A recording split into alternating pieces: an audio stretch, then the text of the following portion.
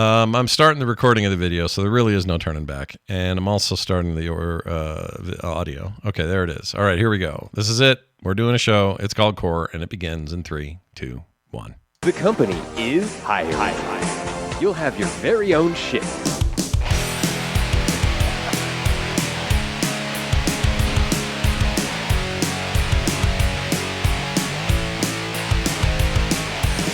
Hello, greetings, and welcome to Core. This is Core, the last one before Christmas. But don't worry, we have one more before New Year's. Okay. While the rest of the podcast world is quitting for the holidays. Not us. All right? Yeah. Not quitting, but, a lot of them just aren't doing shows. You're not wrong, though. Yeah. But, yeah. But we're weird. We're going to do it. We're going to have at least one more show before the year ends. And today's our pre-Christmas show. We got a lot to talk about. It'll be loads of fun. And it's me, Scott Johnson, with Beau Schwartz and John Jagger for December 21st, 2023. Guys, I got a quick note I'd like to share to people. So if you're like, man, I got money for Christmas. I don't know what to spend it on. Maybe I'll buy a new computer rig from DoghouseSystems.com. Now, this is not a commercial. They're not paying for this. This is just I love those guys, so this is easy for me to say for them. But they have set up a whole new code for us that if you check out with the word core over there, they're giving away 2 terabyte NVMe SSD drives for free in that rig. How is that not a commercial then? I know it sounds like one. It totally does. I realize that. But they wanted me to know about it today. That's too good a deal to pass up. A 2 terabyte super fast SSD, John. That's good. You want that? That's amazing. They should send me one so that I can try it out. Find out what that's like. Yeah, John will have some personal experience he can speak to. Yeah, I don't know. I don't know what that's like. You all should buy a Doghouse. No, now it sounds too much. I have a 2 terabyte NVMe SSD in my computer. Yeah, and you probably love it. I actually do. Okay, full disclosure. Yeah. I do have a Doghouse system. Yeah. It's old. It could use an update, Doghouse. Sure. In case you want to turn this into an ad. Look how well I'm already selling for you. Yeah. But I do have how many gigabytes is this? Probably 2. I do have a 2 gigabyte. Oh, you do? So you've already got the SSD you want. Yeah, you have one. You probably bought it later. Doghouse doesn't need to send you one. You can just... No, but they're nearly full. I'll send you a screenshot, Doghouse. They're nearly full. I could use a third. Okay, I got a question about that. I wasn't planning on talking about this, but when guys... you're asking for a third? I don't even have a second. Can I get a second before John gets I'd like a second, too. Hold on now, everybody. Let's get seconds. How are you guys living on just 2 terabytes? Well, no, I have... When I bought mine, I said I'd get the other one later, and I've been too lazy to buy the second one. Mine, okay, I lied. I have a 2 terabyte disk drive. I have this drive in there as my C drive. My PCD drive is a 4 terabyte super fast standard drive, though. It's not SSD, so it's a big spinner. What I want to do is replace that bastard with a 2 to 3 terabyte SSD. That's what I want. I got slots for 4 of these NVMe's on my motherboard. Here's what we do. Okay. Let's let them know Yeah. that we talked about their thing on the show that apparently wasn't a commercial. No, I assume not that at just all. means you don't get paid. No, it's just it's a thing I want to do for them. They're awesome. We love them. That's all. I would love them more great. if they gave us a hard drive. So tell them that there are 3 people on the show. Yeah. That we talked a lot more than we even really should have about this. Yeah. Yeah. Free advertising really is what we've and done. there's 3 people on the show that Yeah. would love to further recommend the 2 terabyte NVMe. Well, we're just going to need some hands-on with it. And we need to spend some time. We need to, you need to appreciate what it's like to not be spinning plates or whatever, platters. Oh, yeah, platters. And Beau needs to finally lock down that second one. And I need to live I don't know how I filled these 2 up already, but I did. Yeah, how'd you do that? I need more. I thought you were the kind of person, I thought you deleted stuff after you were done. Or you got tired of it. But here's part of the problem is that I'm also the guy that's like, I'm out of gas when I have a quarter tank left. Oh, I am that guy too. I worry about that stuff too much. Yeah. I do that every time. If there is a quarter tank of gas, that's empty. I got to go fill it right now. So I don't care. I probably have between the drives a terabyte of space, but to me, or maybe 500 gigs, but to me, like, it's full.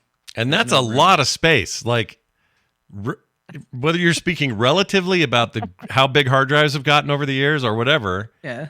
Like, I'm old enough to remember my first 200 200 megabyte drive and thinking that was so big. Oh my Or gosh. even your first gigabyte drive was a huge milestone too. Oh my gosh, a Yeah, gig was yeah, I was like, amazing. Complaining about Gigabyte? terabytes.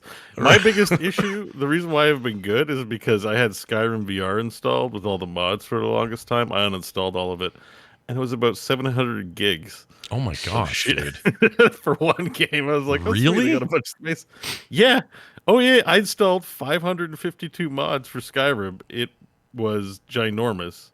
That shocks me how big that is. I didn't think it ever could grow that large. I mean, I understand there's a lot of extra crap thrown in there. There's also a lot of, like, what does the VR need that it takes up so Well, much it's room? just every high-res texture pack, like it's the 8K textures or whatever, all yeah. that shit. Like the game it doesn't look remotely like anything the original game does. It's pretty awesome. Then you had to delete it. So now, see, we need to get you a bigger secondary 2 terabyte Yeah, I mean, I can get NVMe one. drive. I'm an adult, unless we're getting sponsored. I'm or a something. grown adult. Unless we're getting sponsored, I am a grown adult and a work professional. We don't do this for free, but I can like someone in chat said they're like $100 right now. I'm sure. Actually, they are a lot cheaper than they've been in a very long time. Like 2 terabytes for being under $100. What are we even doing? That's insane. It's not bad. It's crazy. that's why I said it's mostly laziness. I'm like, I'll just get what I need now, and later I'll get 6 more terabytes, and I just haven't done it yet. Yeah. I'm always on the look for cheap little external ones that just go on sale. Like SanDisk had a sale on, is this a 2 terabyte? Yeah, I found a 2 terabyte for like $30. Oh yeah, I got external. one of those. Here's a 2 terabyte. I got. Oh, this I had that thing. same one. That's exactly what I had. Yeah. This is so good. I love this so much. Yep. Oh, it's great. this is such a good little hard drive. I And love it's it. fast. It's If you the got best. you got Thunderbolt 4 running on that with the USB-C, you are getting, what is it, like 80 gig per second transfers or some crazy number? I forget what it is. But it's as good as any drive. I mean, I run WoW off that thing right now. What? Really? Yeah, so I can Me move too. I can move it back and forth. Runs great. No issues. That's amazing. Speedy. That's awesome. Yeah. Well, anyway, more on that later. Hey, let's do our Steam. You know what? We're going to do this now, everybody. Check it out. We're going to look at our Steam year in review. And by that, I don't mean us reviewing things on Steam. I mean, this is what Steam's data says about us as players. And I Time thought to get into it. mine really shocked me, to be honest. Some of these numbers are like, wait, what? Yours really shocked me too. The little preview window I saw, I was like, "Good lord!" Yeah, it's insane. Sorry, go ahead. I got a bone to pick with this, but I think we should wait till after. But Oh. maybe we should. All right. No, hold your bone until you're ready to show it to everyone. I'll go first and just talk about some things that jumped out at me. Just to, not that we have to do these in order. We can kind of just screw around. But they if you go to your Steam account, you'll get this big Steam year in review 2003 thing, and it talks about the games you played and all of that. I love data like this. I love visual data. I love data that's like stuff I don't think about all year, and then you put it in a format where I'm like, oh my gosh, that's crazy what that says about what I did or what I think or what I do or what I like. And according to this, I played in this year, January 1st through now, 291 different games. That is insane. Yeah, I that's just a want lot. to point that out. That is absolutely insane. It's an insane Do you number. know what? Do you know what the Steam median is, Scott? Did you see what the Steam median is? No, can I It's see that somewhere? 4. 4? It's 4 games. Holy shit. How high did I 4 new screw? games? I must have skewed that number up pretty high. What was it, negative 12 before? Because my gosh, that's funny. 291 games played, 195 of which were new games. So I want to try to illustrate what that means. You might Like say, a new game every 2 days, basically. yeah, that's exactly right. It's like a new no game wonder every you don't couple days. finish anything, or you know what I mean. Like, I know, right? When I finish games something, are not made to be played in like 5 hours in 2023, and you have 195 new ones. yeah, it's crazy. Like the way this works though is it's codes come into me all the time. Sometimes from people's Humble bundles, sometimes from devs themselves, sometimes in just random reasons or something through Keymailer or whoever, somebody sending me a key. So I'm getting a lot of games that I will get into, and if I really like them, I'll play the hell out of them. But if they're kind of average or not great or whatever, I won't even bring them here on the show, and I won't do much more with them, and they never get played again. So that's a lot of that number, that 291. And some of those are older games, obviously, because the 195 are the newer ones. What surprised me even more is I am not an achievement hound or hunt achievements at all, but I still managed this year to get 652 achievements unlocked. Yeah, because every new game gives you like 3 free achievements. Like, Grats, you bought the game. Grats, you completed the prologue. Launched the video game. Yeah, you're right. Typed your name. Yeah. Pressed start. Yep. Knows where the any key is. Absolutely. The other one of the main data that surprised me, not surprised me, it actually confirmed what I already believed. My keyboard and mouse versus controller is about what I thought it would be. 65% controller, 35% mouse and keyboard. I've definitely over the last few years become a controller hound. I sort of prefer it in a lot of cases, even when traditionally mouse and keyboard are the preferred method. I'm not playing city builders with it and stuff like that unless they're built for it, but I'd imagine the Steam Deck also qualifies as controller. probably Would that be my guess. Yeah, I'm guessing this data here includes that. I'd have to think, right? I don't know for sure, but you can't click in to see for sure. Okay, well, hold on. Let's do it this way because it's going to be a lot of data, and I think people want to probably compare us. Yeah, let's do it. I think that's how we scope it, and because I think with this stat specifically, it's going to be a fun swing because you were 35% mouse and keyboard, 65% with controller. Yeah. For me, I was 47% keyboard and mouse, 53% with controller. So very 50-50 on that. But Beau, what were you? Yeah, what were you, dude? Oh man. 80-18. Yeah, I only use controllers for Yakuza, basically, because I don't want the game to look down on me. It says real Yakuza play with a controller, so I have to. That's right. I forgot they do that. To give some comparison on the games owned or played, Beau played 87 games, 55 of which were new. There's still a lot of games, by the way. Like a quarter of the games you played. Yeah. And I feel like I played a lot of new games. In fact, I bought 10 new Steam games this week just to have content for my stream at some point, and I still haven't booted any of them. Right. So I can't even get to them fast enough. I don't know how you do it. I don't know either. I will say, I mean, I guess this confirms it, but I guess I've always known this too, but I'll spend time during the week multiple times going, all right, what do we got today? Oh, I got these 3 codes. What's worth trying to install? That looks all right. Let's try this. And I'll go in, I'll hop in if it's cool, and I'll play more of it. And oftentimes I do, and I come here on the show and talk about it. I have one of those today, in fact, that I just really liked, and they gave it to me, although it was free. It's free for everybody. Although that might change. Like next year, I might be giving Scott a run for his money. Remember, thanks to the generous Patreon supporters of the show, I now play video games for a living. Yeah. So that started a month ago. Right. And I know I've been playing a lot of WoW, sorry. But I'm sure to be playing other games. So Sure. Next year, I guess my goal is to beat Scott in the I don't know if you want to. in the new games Olympics. I mean, I don't get codes thrown at me, so it's going to be a little they more still pricey. haven't figured out there's 3 people on this show yet. Well, so part you're already at a disadvantage. But to Scott's credit, if somehow he's got an extra code, sometimes he does send them our way. Oh, I always send them to you guys if I get yeah, them. he Always. He gives us codes. Always do. Yeah. And here's the other thing. That's Most generous. of these I don't want to. most of these code sources come from like way earlier relationships, stuff that have been going on for like 20 years of the instance and stuff. So it wouldn't be the same if I was just like cracking at it right now. But anyway, John, you're at 87. Or no, I'm sorry, that's Gorath. Nope, that's Beau. John, you're at 60 games played, even. Yeah. And 48 new games of that 60. Yeah, that's right. That feels like a really healthy. Because it's smaller than both of yours. Not just because it's smaller, it just feels more focused and like look at your achievements. That's a lot of achievements, 473, as opposed to mine, 652.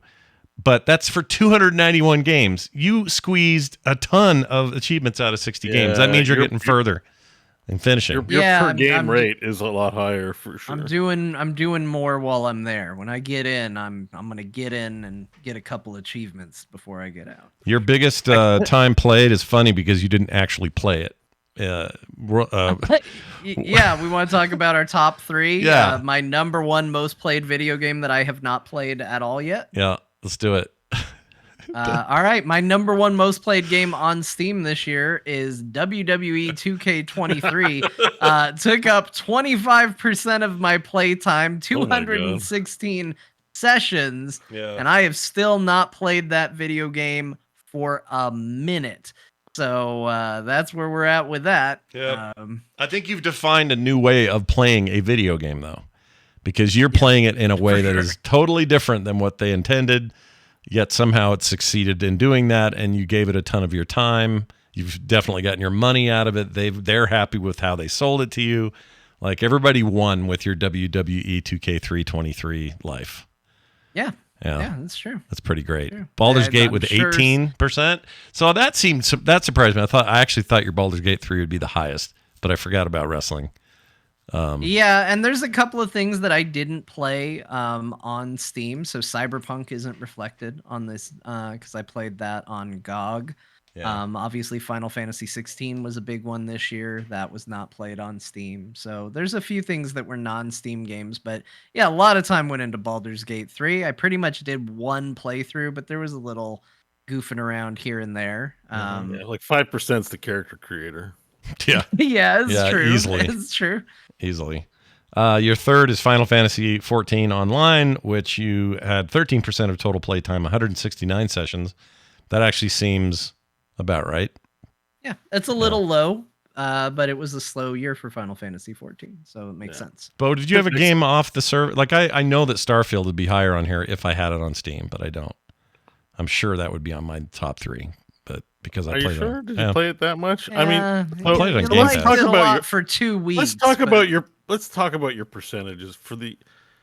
Your highest percentage is 6% of playtime. This is weird. This part is weird to me. You don't. It means you divide more time amongst more games if 6% of your time was devoted to Cyberpunk. Yeah, and I played a ton of Cyberpunk. It felt like anyway, and And Elder Scrolls Online, which you brought up multiple weeks over the course of the past year as a game you logged in and played, still only 4% of your playtime. One thing, this metric we don't have is your total hours. right, we don't have that.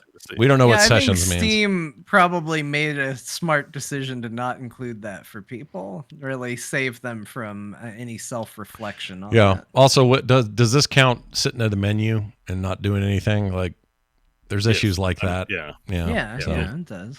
there's some of that. Dyson Sphere program tied at 4% with Elder Scrolls And Online. I give you mad like Ali G, mad respect, son. Yeah. Like, I wish Dyson Sphere was on mine, although I'm happy with mine. But that's great. But again, not a game I heard you talk a lot about over the year, but still managed to eke out third place for. Yeah, I did all right. But the tiny percentages, 6, 4, and 4, just tells me how much I must have done with all those other 400 games or whatever it is. You are Yeah, a diverse. You are a very diverse divided. game player. You have and I think everyone who listens knows that about you. You forge ahead with new games, and you're not like, oh, I need to complete every item in this game, or I can't move on with my life. You're like, whatever, man, fun game. Let's move on and try. Yeah, some time other to fun try game. this one, or a new one came I out. have to go to my 5th most played game to get to 6% of my total playtime. What was it? What was the game?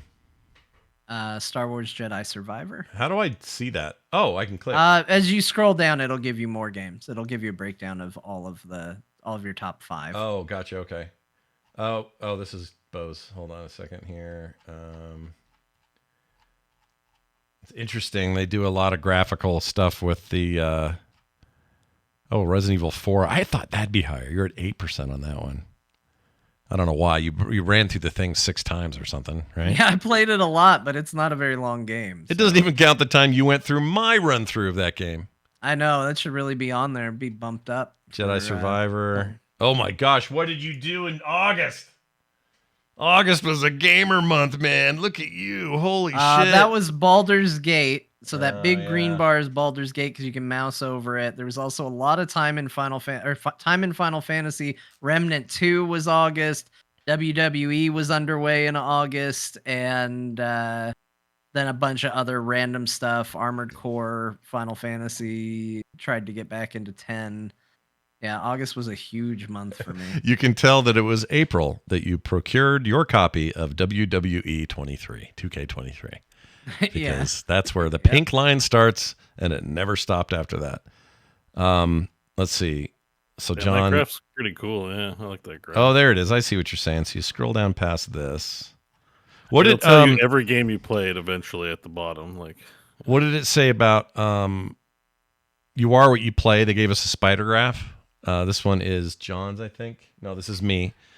It's my spider graph is a lot of cyberpunk, bunch of space, an MMO, a little bit of automation, pinball for some reason, bullet I hell. think it's even telling the 6 keywords it picks for you, because not everyone has the same 6 keywords. Right. Yeah. But yeah, it gives you a little spider graph where it shows you like, oh yeah, this is like where you spent the most time. But there's so much stuff left off there because it has just a ton of tags on Steam. Yeah, So big time, right? Sports, and John has big time sports. Obviously, it's for the wrestling. Big time sports. Yeah. I hate it. This is the same problem I have. Like, I loved Spotify's like year-end review. I thought that was so cool. Yeah. And then I started streaming and I started playing music on Spotify before my stream, and it ruined my year-end review. And now I feel like WWE 2K23 is doing the same thing to my Steam year-end review. It's like, he loved the sports games. Like, no, I didn't. I played one and I didn't even play it.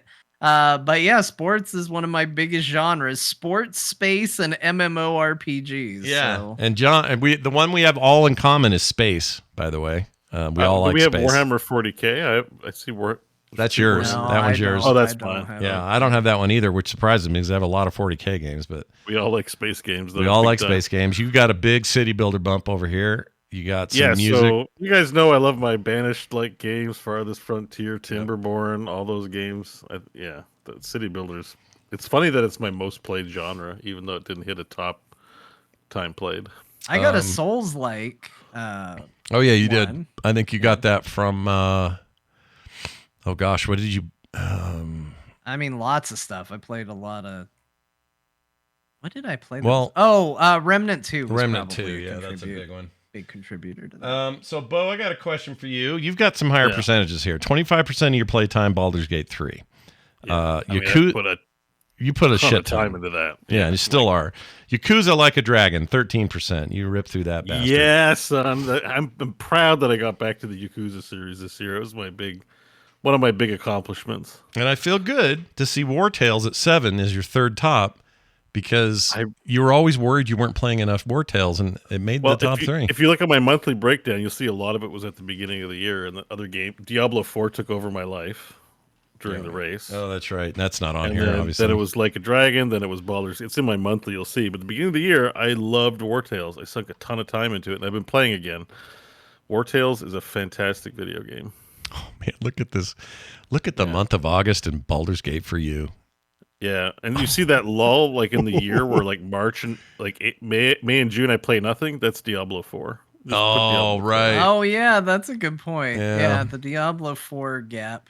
Yeah, and this shows Which, none of I mean, my- Diablo 4 is another great example of a game that we all sunk time into that's not going to be reflected here. Yeah, So. Yeah. but That's true. A big one I also want to note that didn't make the list. 7% of my playtime was The Man Who Erased His Name, the new Yakuza as well.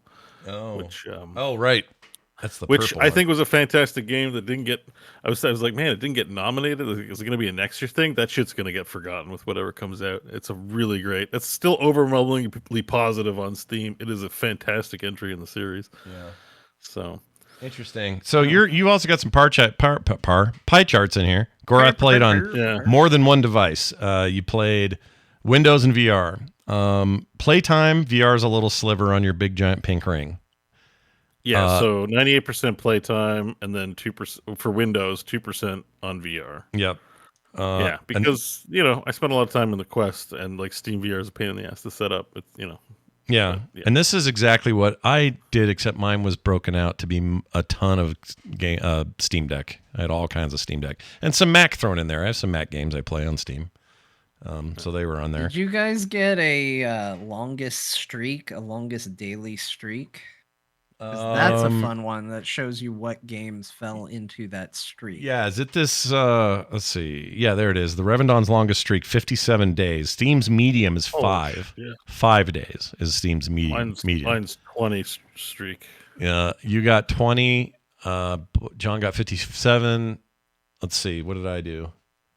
These are hard. What I love is my list of games for during the streak, because it'll tell you what you played during that time.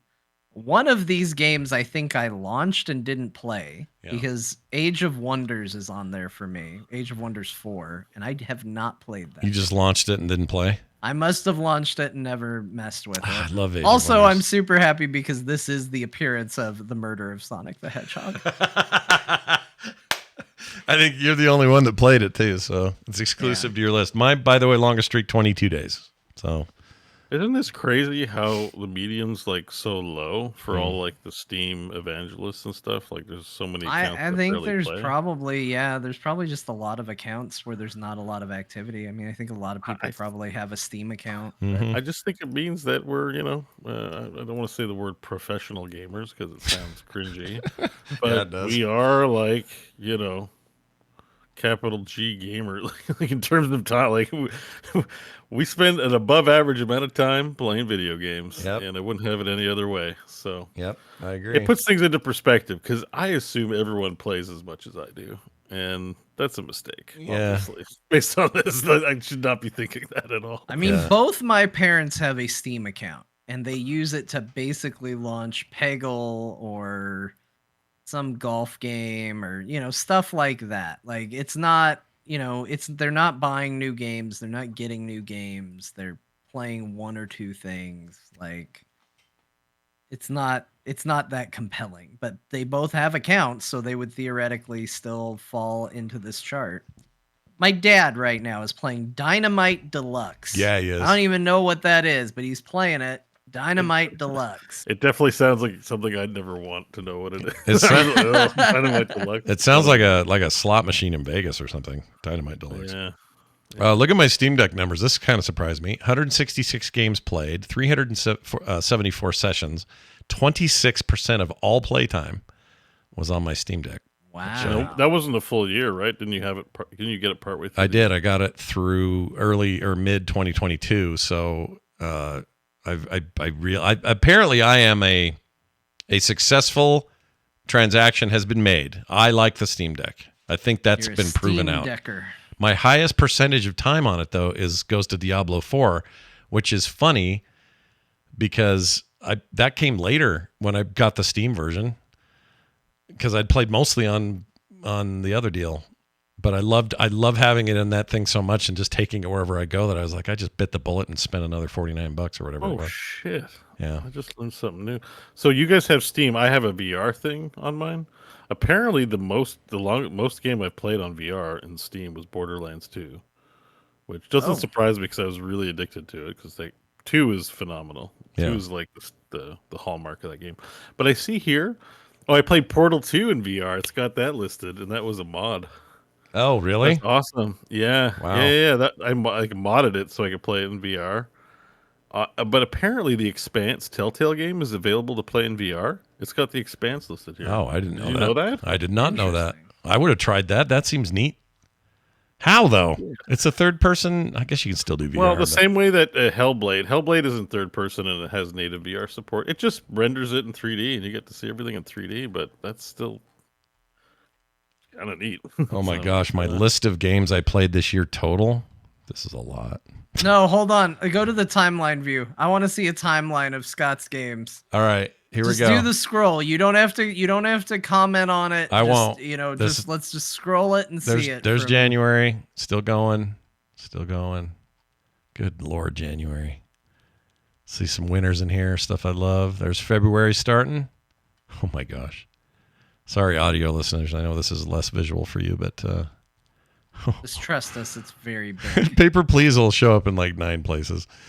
March, Dyson Sphere program was a big March month. Let's see, another big one for March. Oh my gosh.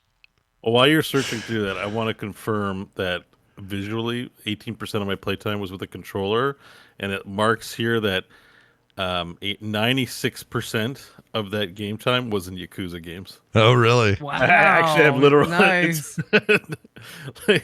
So that's literally the only game I really played. The other Oh one yeah, was, that's right. It does Scarlet tell you Maiden. where your controller play is. So 47% of my controller time was in WWE 2K23 because that game is like Yakuza, pretty almost mandatory that you use a controller.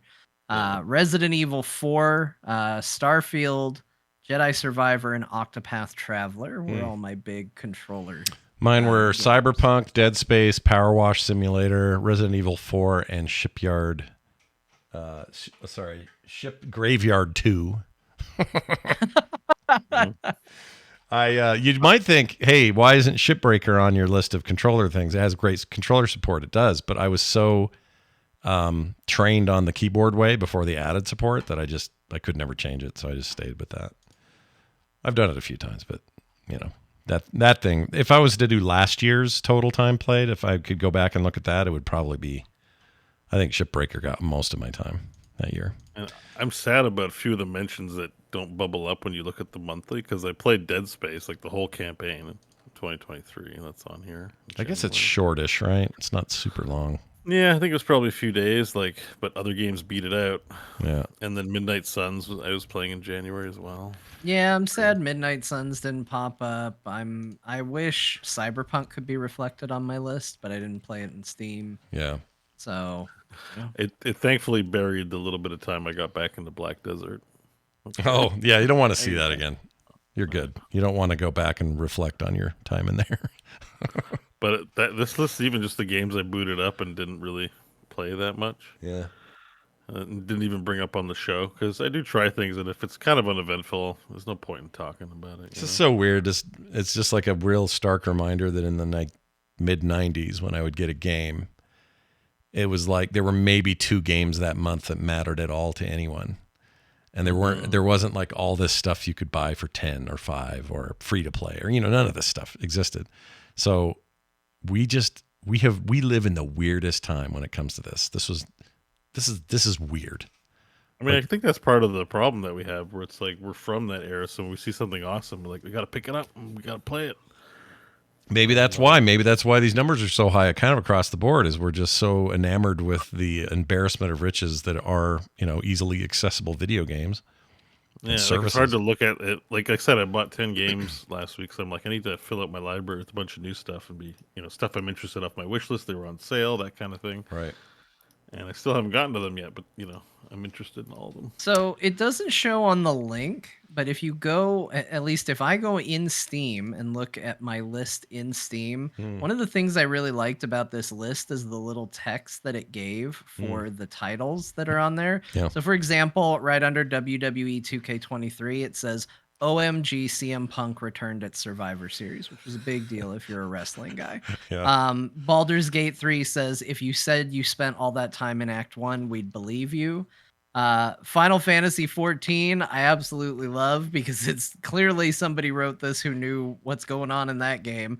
Next year, learn from the Scions, eat a taco, watch the butterflies go by, drink from a pineapple, and embark on a new adventure in Tyrol. Oh my Lord. So I just like that flavor. Like, it's clearly written by people who know what's going on with the video game, and I think they're cute. But for some reason, it's not showing up in the link when you click them, because I looked through my list and it didn't say anything. Like, it was like, you played this video game. Yeah, Okay. I think they're slightly different. You enjoyed video games today. Yeah, I think they've got more. Maybe they've just had more access to the real time data in the client versus the web thing. But I do like this kind of data. It's just fun to see. It looks at your patterns. Makes me realize I'm not even paying attention to how many freaking games I load up. Like I would have never guessed this. If you just said, Scott, how many games did you play in the year? And I would have said, maybe 100, not 400 or whatever. Mm-hmm. I mean, come on. Yeah, dude. your total was 400. Like, the new games was 200. It's insane. Yeah, it's bananas. Like, you are more than Beau and I put together. You're 291 games. Okay, yeah, and we don't. Sean's right. We don't even. Oh, yeah, I keep saying 400. 299 total, 195 were new. That part is surprising because I play a lot of older stuff. I go back. I like to dig into things from 2015 and, finish out Like games. that's like 291 is almost one different game a day, right? There's 365 days, 291. Like, it's a lot. Goal for next year, man. Next year's the big year. Every day, one game per day or more. That's the goal per day. Wow, that's a lot. Yeah, that's a lot. I'm not going to do it. That's not me. That's clearly not how I play video games. No. Just like I'm not going to be like, Scott, next year is the year that you play through every RPG. I have to put in effort to accomplish what you accomplish. Sometimes I'll do a stream that's just like catching up on all the games I didn't play, and I'm like, I said 30 minutes, play and move on. And I barely get through the intro. 30 minutes goes by, and I'm like, well, I still haven't really tried it yet. Like, I don't know how you do it. I have to like put effort into like trying that many games. You're just like easy as the breeze. I feel like if I handed this data to like I don't know, a mental health professional, they would go, "Oh, well, this is ADHD. You've got some." Yeah, congrats. You'd get medication. Yeah, just from that. This would let me go straight to the Smiths and get a prescription for Adderall do you or something. feel that like after you try a game for 2 hours, you're like bored and no, not really. Not say really. You play game one, right? It's Monday. Yeah. Play game one, and then Tuesday rolls around, and you're like, "Man, I enjoyed that game one yesterday. I'm like 10% through it. Like, I want to play a few more levels." I definitely have those There's a feelings. moment where you're like, but there's another game that I haven't played. Like, is that what you're like, oh, boring? Like, or is it just, no, I want to... It's hard to explain. Like, when I talk about it on the show, like a game I really like I really like that Mars Logistics, whatever it is, that one. You made me buy it. Do you tell me you only played it for 30 minutes? Maybe no, I'm gonna keep at that one. That's one that keeps coming up. That's one where I'm like, oh, I'm in the mood. Let's go. And then, so that does happen to me, and it happened today with that freaking what the hell's it called? Lethal Company, playing with John and the Grinding Gears guys, because that game scratched a very specific itch. I didn't talk about it on the stream, but I'll say this now about it, and we'll talk more about the game later. But Lethal Company very specifically gets into a loop that I'm a sucker for, and that I'm almost kind of pre-wired for, which is go to a place, find a bunch of shit, take it back to my ship, make money from it, fly to the next one, and rinse and repeat. Mm-hmm. Yeah, and you There's had a something there. hardship space breaker addiction Space this year. breaker. Hardship, I space did, but breaker. that was, you're thinking last year was the big year for that one. That one I played like a mother. Like every day I played that game. You do have games that you like. I see you play a lot, so it's just like I don't know. I think if I can give a unprofessional diagnosis of Scott, I don't think it's like ADHD. I mean, maybe. I'm not gonna say you don't have it, but I think Scott just is like an arcade gamer. Like, I think he treats the Steam library the same way you would treat an arcade when you walk into it. He's not sitting down to play a video game. Yeah. Like, that's what I do. I mean, he's not the I sat down to play this video game. Right. Like, that's why I'm at my computer. I'm doing this. I think Scott is like, all right, let's game. I'm gonna play something. What am I in the mood for? Play this. Yeah. What's this like? Okay, this is a thing. All right, I'm gonna move on to something else. What's this? All right, I'm gonna move on. I'm gonna do this. So he's not the butthole. You know when there's a spread at a family gathering and it's got cold cuts, cheese, and crackers. Yeah. And some butthole just eats all the meat and leaves the cheese and crackers. Scott's not that guy. He takes a cracker, cheese, and that's right. I do that. No, you know what, John? I think you're onto something. And part of it is I was raised in arcades. My dad owned multiple arcades, and we had these machines in the house, and it meant that a basement had, I don't know, at least 6 to 8 stand-up or cocktail sit-down actual arcade games, and so I could go a round of Pac-Man and then move over to Battlezone for a minute, go play Missile Command for a little bit, have a little Donkey Kong, why not? Like, that was my junior high and earlier life. And I really do think there's something to that. Like, I see it as like, ooh, so many experiences. What am I in the mood for just like a quick fix on? Okay, that's cool, that's fun. And there are games where I go really deep and long, and I'll stop using those words because it's getting dirty, but I can get really into them. And I'll go really long into them for a long time. But more often what happens is I want a taste of this, I want a taste of that. And because of what we do and what I've been doing for as long as I've been doing it, the fact that I can get codes, or that there are things so cheap, that you can get these experiences for $15 or whatever. You're not spending $49 to see if you like it. And in a situation like that, if I do spend $49 and I don't like it, I'll return it because I won't get 2 hours out of it. But there's plenty of games where, you know, I'll just keep returning to them, or I'll come back later to finish them, or like the Mad Max game from 2015. I beat that game entirely. I 100%ed that game. And it's not just because it's Mad Max themed. I just think it's genuinely a really good open world game. And once in a while that'll happen. But for the most part, yeah, I walk in and I see the flashing lights and I go, ooh, Tekken. Let's go play Tekken. Okay, that's fun. We played Tekken for an hour. Let's go put some quarters into Mortal Kombat and do another fighting game. Okay, I don't want to do fighting anymore. Let's get a Sega driving game. Like, I do kind of approach it that way. I've never thought of this before, so you might be onto something. I don't know. But anyway, if you have your own of these out there and you're seeing some weird numbers, we'd love to hear what yours say. So send those in, will you? Especially if they're weird. Yeah, weirder the better. Core, talk to the core at gmail.com. Actually, people have been sharing them in the core chat. As we should shout that out in the Discord, the core sub chat, in the Frog Pants Discord. Yeah. There have been people who've been sharing that out. I have, so now I got my bone. Can I take my bone out? Take your bone out. Let's look at it. Show us your bone. Yeah, let's see your bone. And it's not just with Steam. It's an overall bone with these recaps. 2023 is not over. It's true. I don't. The picky nerd in me is like, yo, it's December. Like, I still have 2 weeks to go. Like, give me my data in 2024. Like, the tax man is not going to let me just pay tax on 95% of the tax year. They want me to count all 100% of the time. Yeah. I don't see why my recap is given to me a month early.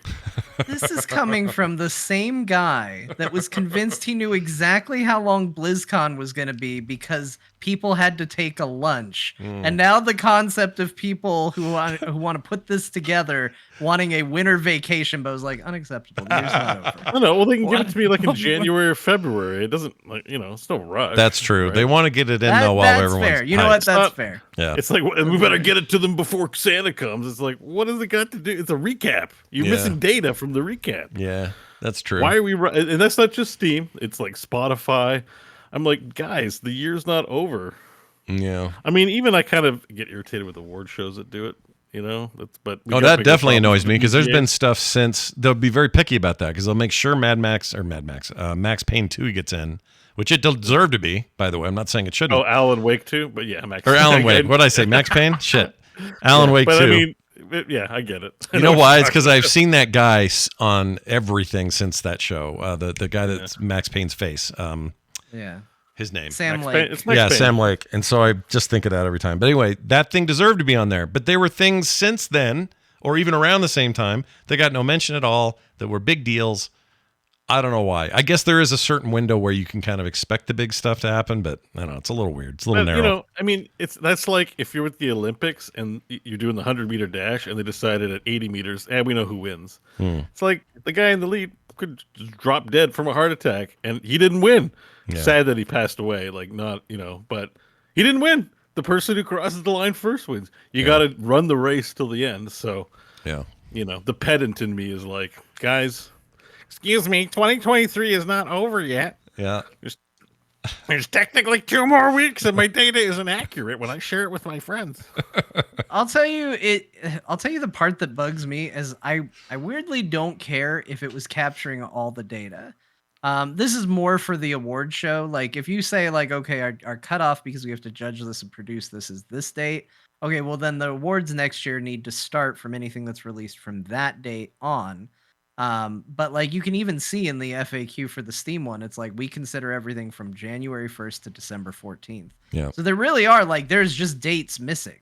Like, there's just data that's just not going to ever be reflected or a part of it. And I guess it doesn't matter because who cares what you did at the end of 2023 at the end of 2024, but it irks me that it doesn't line up at least. Yeah. Well, this data, as interesting as it is, we'll see how much it matches up with our discussion next week where we tell you our favorite stuff of the year. And it's going to be, you're going to get our game of the year from each of us, maybe multiple games per year or of the year, but you're also going to get some weird categories. We're going to have some fun with it. And it won't just be us gushing about Baldur's Gate 3 all episode like some people fear. Okay. No, my other categories are all Baldur's Gate related. Favorite top companions of Baldur's Gate of the year. Oh, I got Favorite some non quests ones. of Baldur's Gate of the year. Yeah. Favorite Baldur's Gate that came out this year. Yeah. You guys know who my favorite NPC wearing nothing but a diaper is this year? I No. would assume Well, Yakuza, but Tune in to find out. Hey, I think we have an real quick here. This is an aside, but we may have an answer to what we can expect from the Kick folks that we're now streaming to. Yeah. yeah. Check out this one. We saw. Somebody We named saw. Cinnamon says, "You can be my quick fix on, baby. I want a taste of you." Dude, what does it look Nice. like here? That's- What do you think we're doing? What is Oh, this? that's nice. That's This nice. is why I said I'm nervous about streaming on Quick. It's a compliment. Yeah, sure. Definitely Y'all a should take compliment. A compliment. Yeah, they're definitely not here. It makes people super comfortable when they're like, "I want to lick you." Yeah, dude. I mean, look, like there's a lot worse things someone could want to do to you than lick you. That's true. Murder You don't you. need to let them. Just because someone wants to doesn't mean you have to let them. No, I'm not letting People them. want to do a lot of things. Yeah, I ain't Like, letting no kick person. I'd rather lick me. someone say you look tasty than, gonna. I just feel like they're on the wrong channel. Like, you don't want to lick yeah. any of us. None of us taste good. Get out of here. What do you want? They might be into, homely early 30s, late 30s, early 40 guys. Maybe, Like, you never know. maybe we're the new, I don't know. Don't yuck somebody's yum. Let them dream about licking you if they want. And, do their thing. Tezra Dynamite in the chat says it pretty well. He says, Scott is the guy who goes to a buffet and eats some of everything. Yeah. That is me. I don't ever focus. I don't go to a buffet and go, all right, I'll see you guys later. It's all shrimp and steak for me. I don't do that. Yeah, but I do that. Making a Chinese food casserole is one of the best parts of a buffet. Oh, that is good, isn't it? That I sounds good right now. sample everything at the buffet, guys. That's not how I play video games, but that is how I buffet. Yeah. They should make a streaming service called lick.com. Anyway. That Yeah. well, Does it exist? I It was about probably to go does. look it up for you, but I'm like, maybe I don't feel like it. It probably I got exists. I I got have no enough doubt. Pornhub for one day. Join our... Hey, no. Yeah. Whoa. Whoa. Lick.com is a wallpaper website. Lick.com? Okay, I'm going. Yeah. I'm going right now. It's actually SFW. I thought you were going to trick me. You're right. Oh, I should have. That would have been great, but I was actually genuinely surprised that it was not a porn site. Oh, yeah, they It may sell still- paper. It may still be full of spyware and shit. I don't know if it's safe to navigate, but No, it's not these a are porn legit. They sell wallpaper, paints, kits for rolling, brushing, decorating tools, like home improvement crap. Are they sure they're happy calling their product Lick? I think it's just an amazing domain that they're lucky to own, I suppose. Well, it's English. Oh, look, there's even a combo. Lick X Heinz mash. Come on. You These can guys are pay trying to good be money so- for a lick X Heinz, depending on where you are in the world. They're trying to be so cool by using the X to mash up wallpaper with Heinz ketchup. My God. yeah. Cringe. Find your favorite Lick samples. Oh, hang on. I Mm. found Lick Tools. It's one word. Lick Tools. Yep, Lick Professional- Tools. I can name how many lick tools can you name off the top of your head? I can name one. Roller, paint roller, mini roller, carpenter's tape, Okay. paint tray. You haven't taken mine yet, amazingly. Bristle brush. Man, you're nailing a lot of them. I'm on the thing. There's an extension pole here. Okay, I've got one. Tongue. There it is. Got it. Whoa. You don't want to put paint on Hey. your tongue. No, I said licking tools. You want to put paint on your tongue, not paint. Yeah. I didn't Yeah. say Yeah. painting tools. I said That's true. I said licking tools. I went literal and named all these stupid objects on this screen. That's what I did. You're Look, right. however you want to eat, it's fine. Putty It's knife. fine. You forgot. Putty knife, pretty essential. Yeah, you're not wrong about that. Well, look, what I want people to do is go to our Discord and share your stuff about not just your Steam usage, but this whole conversation about, well, how do you game and how did you do it this year? And is it different than it used to be? And remember yourself 10 years ago. Have you changed a lot in that regard? I want to hear all that stuff. Go to frogpants.com/Discord and hop in. The core runs right there. You'll find it. All right, we're going to talk about the games we played. All together, we played the finals Tuesday. We had a little multiplayer fun, and Finally. I loved that. I had so much fun Finally. in there. Great time. Yeah, great time was had, and I think that game is Scott rad. tried to resurrect me with a gun. Yep, You tried to resurrect me with the pyro grenade. Yep. Maybe my favorite clip I've ever been shared as Scott going, hold on, it's not working, as he just aims a gun at my dead body's trophy. Yeah, the game is very manic, and if you don't have the muscle memory, I'm feeling a little sympathetic because it is a pretty, Yeah, it's a little twitchy, and I'll get used to it, and I already am more than I was, but it really throws you at first, and all I'd had is really like one game before we played together. So, all excuses aside, it was still pretty funny that moment. If you go find it in the VOD, you're welcome to. But it is a really, really fun new twist on what at first seemed on the surface like, I don't know, here's another Apex Legends style thing, or here's a game that's a lot like, other squad-based multiplayer games. I think the traversal and the combination of a couple of things, the traversal and the destructibility of the environments, and the tools in which you can do that and create chaos at capture points and that sort of thing really set it apart and make it ridiculously fun. I'm like all in on this thing. I love this game. Yeah, it's like not a mill sim by any stretch. Like the guns feel like not realistic. They handle well. They aim very well. They feel nice. Mm-hmm. You could almost mistake it for like, oh, it's a military game. They got military weapons. They're named letters and numbers that make them sound like they're based on real world guns. Right. But nothing else about the game is realistic by any stretch. No. You pick up objects, and when you fling them, they fire like rockets. I don't know what you're using. They just magically fire out of your hand for no good reason. Yep. It's amazing. The whole place is like a giant holodeck inside of a big arena where people are watching you kill each other, like a big game show. You have destructible locations that are like ramps into places and what do you call them? Bridges. I don't know why that word was hard. But yeah, you're just creating chaos, and you have no fall damage. Like you can jump as far as you want, or fall as far as you want, and you're going to be fine. It's a weird combination of things, but I really had a good time with this. And basically, what it seems to be serving is like you always need to have high energy things happening all the time. Yeah. Even like one of my favorite parts is just like startling you. Not that I enjoyed startling you, but like. Because I just like to pick up the barrels and throw them on the way to things, just because it's fun to pick them up and blow up walls. And I'd shoot them in front of you guys, and you wouldn't expect it. You go, oh, shit. Like I keep blowing shit up around you. And I'm like, yeah, this game's just fun. Like the world's what's that word? Reactivity? Oh, there's a lot of reactivity in the world, just throwing shit and shooting shit. And you can punch windows. You can slide through little holes. There's just a lot you can kind of do, but it's all in the service of being press W and shoot things. Yeah. It's got this kind of the speed, franticness, and sort of control point nature of something like Counter-Strike, but it's got aspects of it I think are kind of Overwatchy, other aspects that remind me of something like Apex, like the way you move and the way you slide, Team Fortress. Yeah, like all that stuff. And then it's wrapped in this very beautiful Unreal 5.2, engine thing that just looks insane. Beautiful game. The fire looks great. I love a game that has good fire in it. And like, I think the big draw, even though it's like, it can be hard tactically, I just love, so you've seen firsthand now just how destructive the buildings can be, right? Mm-hmm. You can drop a whole house. If an objective's in a house, you can just collapse the entire house into complete rubble. And I find it very satisfying to do that. Yeah. It's like I just feel like more games.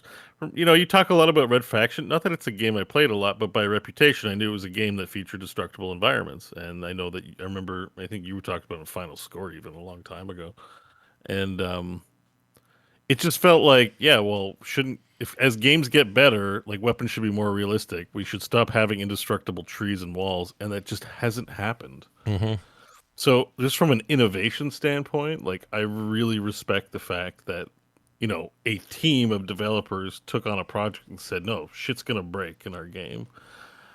Like imagine running through Darktide and the walls blow up when you threw explosives, or name the game, like how, Call of Duty might feel like more of a crazy military shootout if you're fighting in rubble because 500 IEDs went off while you're playing it. Like feels like, innovation in games have really progressed along the graphics and live service aspects, I guess. But little things like this are just like I find it momentous. I feel like if we're gonna have big blow uppy games, then more than just the enemies should blow up. Like we need the environments to blow up. I don't think it's going to serve all games. I know Final Fantasy 14 is probably not going to be a lot of fun when the elf village gets blown up because too much PvP was happening or something. It's Right. it's not going to be in every game. No, but it has its place, and it definitely makes it interesting. I mean, like we didn't perform great if your metric is winning matches, but like the game's destructibility gives you other like milestones to celebrate. Like we might all die, but look at that building, it fell down. Like that isn't that great? Isn't that wonderful how we jumped through that wall or fell through the ceiling or tore this entire place down. Like, Yeah. I think that it kind of gives you something else to celebrate regardless of how you're performing on the battlefield. And I think that that's a good quality in a shooter is if there are ways that you can feel like you're doing something, even if you're not necessarily winning. I think that's the mark of a good shooter. Yeah. And they seem to be pretty focused on updates and improvements and listening to the community. And they had a big patch for anti-cheat stuff the other day, and it seems like they're in it to win it. They want to have a big hit here. So I'm kind of in for the ride. Sorry, Beau, you were gonna say something. No, I was going to say I also appreciate the destructibility really usurps like all the 4 or 6 360 no scope dudes. Like exist in a world where their floors are stable. That's why they can get off so many headshots, right? All these like headshot dudes all of a sudden can't be good at the game because it's like, oh, you see them coming, well, C4 the ground and just make them drop to the floor. They can't shoot you. Like, there's like all kinds of ways to disrupt those kinds of players, which I also like quite a bit. Yeah, it's It's awesome. like, here, take your play style and stuff it. There's a satisfaction I have with it. I had so much fun. I bought 2 battle passes in a row because the first time I didn't actually buy the battle pass. I just bought the stupid fake currency to buy it and then forgot that that's how that works for all video games ever. And then played for a while, bought some extra stuff thinking I had extra money. I didn't. And then I went, oh, I don't have the battle pass. Shit, let's go spend another $10. Money into the ecosystem, and then you got to click buy from the game. Yeah, which I went back and we've all did, been and there. it's all fine now. But I was irritated by that. The finals is great. We will play more of this, I think, in a rotation. We're trying to play more often. Tuesdays right now are looking like our kind of happy stream time moving forward. Although, well, I guess we'll see this week. I don't mind playing the day after Christmas. So if you guys were around, we should play Tuesday. I don't mind. We'll see. We'll see how it goes. But I think, finals, and I think there's another contender now. Yeah, dude. Be vying for some time. Let's talk about it. Lethal Company. Everybody and their dog has been playing this and streaming this except us. So now we're finally in. Today we played it with me and John's first time playing this with Kyle and Garrett for their charity stream, which by the way killed it. They did an amazing job with their charity stream today. Congrats to them and what they raised for the Extra Life Children's Network thing. We played Lethal Company, which is, if you're not familiar with it, it's kind of hard to explain. You're a bunch of spacemen in a really shitty looking graphical world that actually works in its favor somehow, which really surprised me, this game. And you go on missions, and on those missions you do kind of Phasmophobia style stuff, except I like this loop better because Phasmophobia is all about ghosts and scare. I mean, it's meant to be a horror simulator for you and your friends.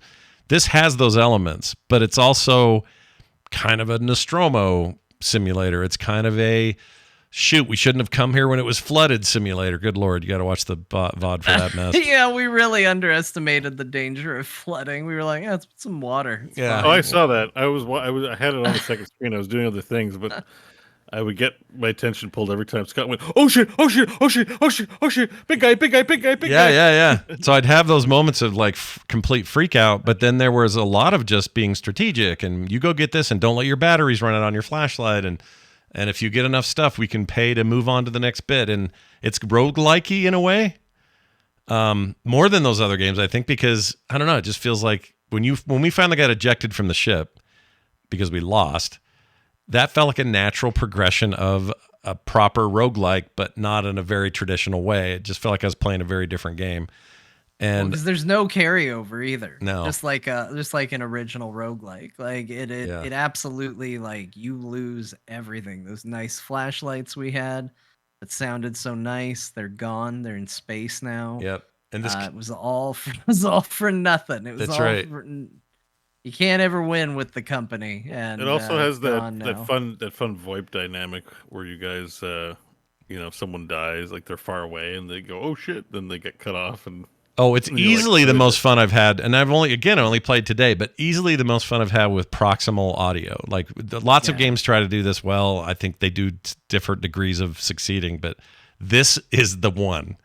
For a bunch of reasons. I like walking into a room and all our voices are echoing now because we're in a cavernous space. Yeah, the way they do the audio design for inside rooms and outside and stuff like that is really cool. It really makes you feel like you're there. Like, it's the closest thing, like, and I don't know, maybe I'm just, maybe I'm a bit of an audio person with this, but like, it almost feels like the way you feel, or the way Beau talks about VR. Like, it's amazing how just going into a tiny space and having the audio and the sound echo like we were in a tiny space immediately put me there. Like, this game doesn't look ultra realistic, but the fact that it sounded like we were in this tinny metal tiny room and that's how our voices sounded in that room immediately made me go, "Oh, I'm immersed and I'm here," even though it looks ridiculous and stupid. It does look dumb. The way you run, it's so dumb, and I love it. I don't want them to ever change the run animation. I want to keep this. The run animations. The pointing and the dancing and all that dumb shit should always stay. They should lean into this aesthetic because,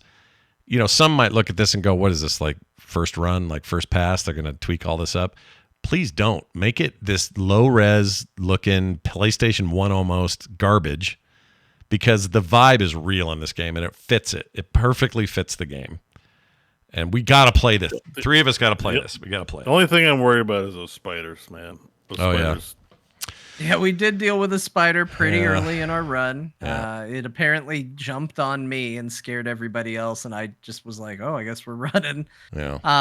But it's a super cool game. Like, they really did take the phasmophobia thing and just get to a new level with it. Yeah. So just Scott, for the audio listeners, Scott puts previews of the videos, right, as we're playing, and there's no audio, and it's just funny the way, like, you turned your flashlight on, there was a shape, and all the four weird men are run animation out of there. There's you're all like panicking so hard as you run, and it looks so funny. Yeah, that's the other thing. This thing is a humor generator. I don't know if that's by accident. I don't know if these guys are geniuses. It does seem like they stumbled upon this in a weird kind of way. It's only $10, and they've sold so many. They have made many millions of dollars on this thing, and they're servicing it, and they're doing great stuff with updates. I have. It's a one guy team. Is it one dude? Team. Oh my gosh, that's insane. I mean, that's so, good for him. That's mind blowing. It's so amazing. Yeah, and it, like, the loop is good and it's fast. It almost feels too fast, but I think that's to the game's credit. Like, it makes it feel like you've done a lot, even if it's, you just spent 5-10 minutes in it. Yeah. Like, I was shocked at how quickly we go into a place and, we would have Kyle or Garrett saying, "We got to get moving. It's almost time." Yeah. And it's like, well, we just got here, like, it's really a game that's meant to be kind of speedy, which is good because it keeps you rushing and not paying too close attention to the dangers. Mm-hmm. So you can still have amazing moments like, "Hey, watch out for that mine." "What mine?" Bam. No more Scott and Garrett. They're gone. That was a real dumb moment today. That was amazing. Yeah. That was the funniest. I'm sad I wasn't the one streaming it, because when Kyle said, "Watch out for that mine," I saw the mine and I swung wide and I turned and I literally watched Scott go, "What mine?" and step on it. I had the perfect view of it. In fact, I was worried I was too close to it. I thought it was going to get me too. I was so close. Yeah. And this game is just a fun little game where you can mess around, and it, because you lose everything so easily, because I think there's an inevitability that you're going to you're gonna fail. Like the quotas escalate so much that eventually you're just not gonna keep up with them, and you're gonna lose one way or another. It kind of gives you this general sense of, well, it doesn't really matter. We'll just goof around. Yeah, let's Like, have some it's fun. fine. Exactly. There's Like- moments in this thing that remind me of why I like fetch questing so much. A lot of people hate that. I love it. I love games that tell me I need to go get a thing. This game is all about me going and getting shit. Oh my gosh, that creature. Hate that thing. And it wants us to keep doing it until we have enough to pay our way and then go to the next planet and do it again. That fits right into a solo play thing I love already. To be able to do that with friends and have that all work and have these manic moments of insanity. It's too good, dude. It's so much fun. Oh, that's the spider jumping on you. Yeah, now. there it is. That's Big. horrifying. That's where I died too. You didn't check the ceiling. That thing is gross, dude. Why did it? He's all There fleshy. is an arachnophobia mode. I don't know what it does, but there is an arachnophobia mode in the options. I saw it. Oh, okay. So Yeah, you can turn it off. So It's like, I think it's bad because they sort of did a good job, but it's sort of janky, and it just has this like crazy horror to its movement. it's janky as hell. The game actually quite literally reminds me, and I saw it recently again, so it kind of, was fresh in my mind, but it reminds me of The Thing big time. John Carpenter's The Thing. yeah. The creatures are thingy. The fact that you're out sometimes out in the snow on some place that looks totally foreign to you and everyone's it's got gone. the alien isolation, not the video game, but that isolation horror of like you're on a ship, you can't get out, or you're in a submarine, you can't get out, and something's horrifying's trapped in there with you. Yeah, and you've got to just make money and get the company happy. Is that true? What? I'm sorry. I just saw. I don't mean to interrupt, but that is too funny. The arachnophobia mode just replaces the spider with the word spider. Shut up. So Really? yeah, it's not going to turn it into a weird ball or anything like that. Just the model is now going to say spider, and you're going to get chased by the word spider. That's great. Hilarious. That's freaking great. I love that. Although I want to try it now. Maybe we'll try it Tuesday or something. I don't know. But yeah, don't sleep on this game. It's $10. It's nothing. If you have some friends, even two of you, it'd be fun. I mean, obviously get a 4-stack if you can get it. But if that's possible, then I could probably play it in VR. If it's like Phasmophobia and has a VR mode. I don't know if it does or not. I mean, obviously with one dev, who knows? But this seems like it'd be a riot in VR to me. Yeah. Like Yeah, legitimately interesting. And here's the funny thing: as someone who gets freaked out by horror games, this game does not freak me out. When something bad happens and a spider's after us, I'll freak out and scream. But all the lead up and like the exploration and stuff, I don't get all full of anxiety about that like I do in horror games.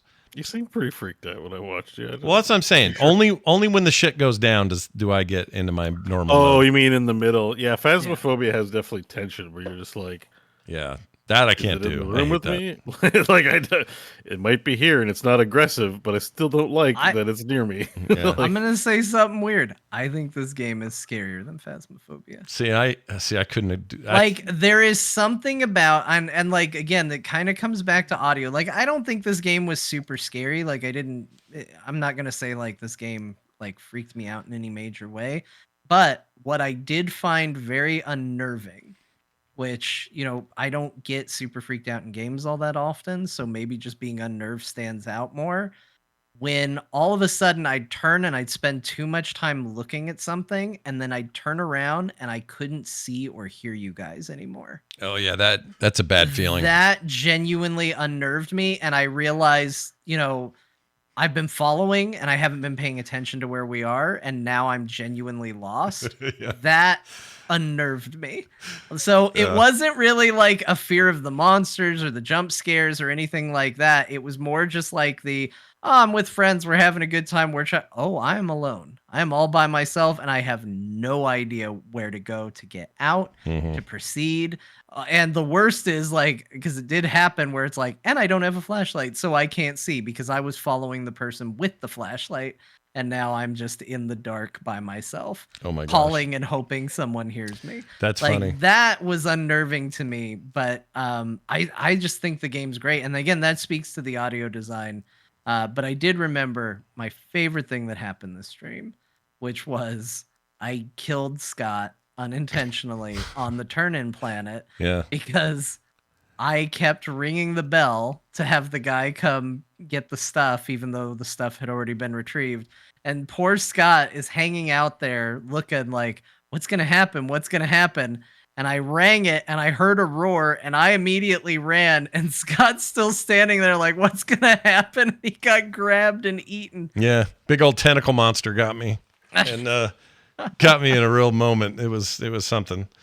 But yeah, it's rad. Beau, you'll love this. I think you'll love this. Yeah, well, now that there's an arachnophobia mode, I'm all in. All right. The spiders are really freaky in that, and I'm glad it's. Someone in the chat says there's a mod that where the game records snippets of audio from you and your other players, and then plays them later to confuse you to think that someone's behind you or they're still alive or whatever. That sounds insane. I mean, that's cool. I feel like that should be an enemy. I think it would be a really cool enemy type because I know like you can do a guy in the truck or a guy on the ship sort of thing. Mhm. I think cool enemy would be someone that looks like you that maybe plays audio from your conversation coming into the ship and like not being a safe place necessarily for the ship guy. I think that would be fun. I think there's a lot of ways they can expand this and make this, like either a sequel or just new content for it. But this game is amazing. Yeah. This game's really, really good. And it's ugly beautiful. It's hard to explain what that is, but I love the look of it. And I was worried about that. Now by the way, there's the spider word. There's the clip of the spider. Yeah, that's much better. Yeah, you don't mind getting chased by a word, right? That's fine. I mean, it's meant to be a scary game. That's fine. I think it'd still kill you though. Holy shit. Yeah. All right. There you go. Final thing that was multiplayer. And I want to say, I'm glad it was worth me getting ditched, by the way. Oh, yeah. Where'd you go? You had something. The original plan was to play Hardcore WoW, but apparently I'm the only one with Hardcore WoW character because Kyle's died. I guess Garrett still has his. But, I don't feel bad about it. I just thought it was hilarious. That's funny. No one was like, by the way, Beau, we're not hardcore raiding today. Hardcore dungeoning today. That's cool. Man. Your poor little dwarf had nowhere to go. I understand. Yeah, it's okay. I've kind of abandoned hardcore too. It's not like I feel nothing about it. I just want to make a joke. Yeah, you said that last week about how maybe you've had the experience in there and maybe you're done. I'm playing enough classic WoW. I don't need to do it 50 times over. So. Yeah, I get you. The other thing we played that is mutually playable, that more than one of us played, was House Flipper 2. John picked it up, and after my discussion about it last week, I raved about it last week and said it was good, and they fixed a lot of the issues I had with the first game. I stand by that, and this is easily where I spent most of my time this week. I've been playing a lot of House Flipper. I am earning money. I am unlocking perks like a wild man.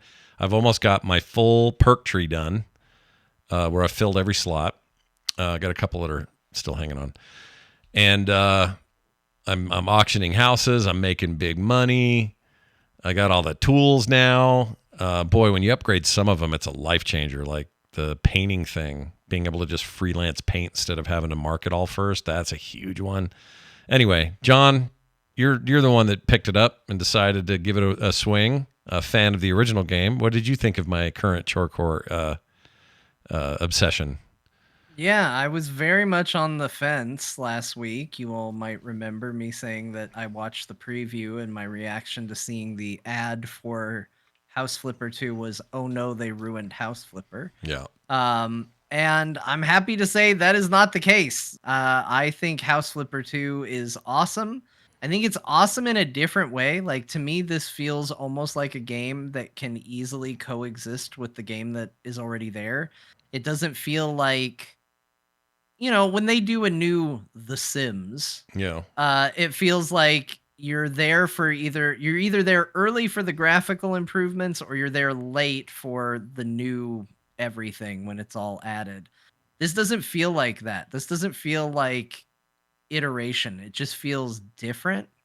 And I think it feels different in a good way. Yeah. Like, in fact, it seems different enough that multiple times, even though I had already looked this up and I knew it to be true, I was like, is House Flipper the game that I played? Like, it just feels different enough that you're like, maybe it isn't. Maybe this isn't the game that I played. Mm-hmm. Maybe this is something different.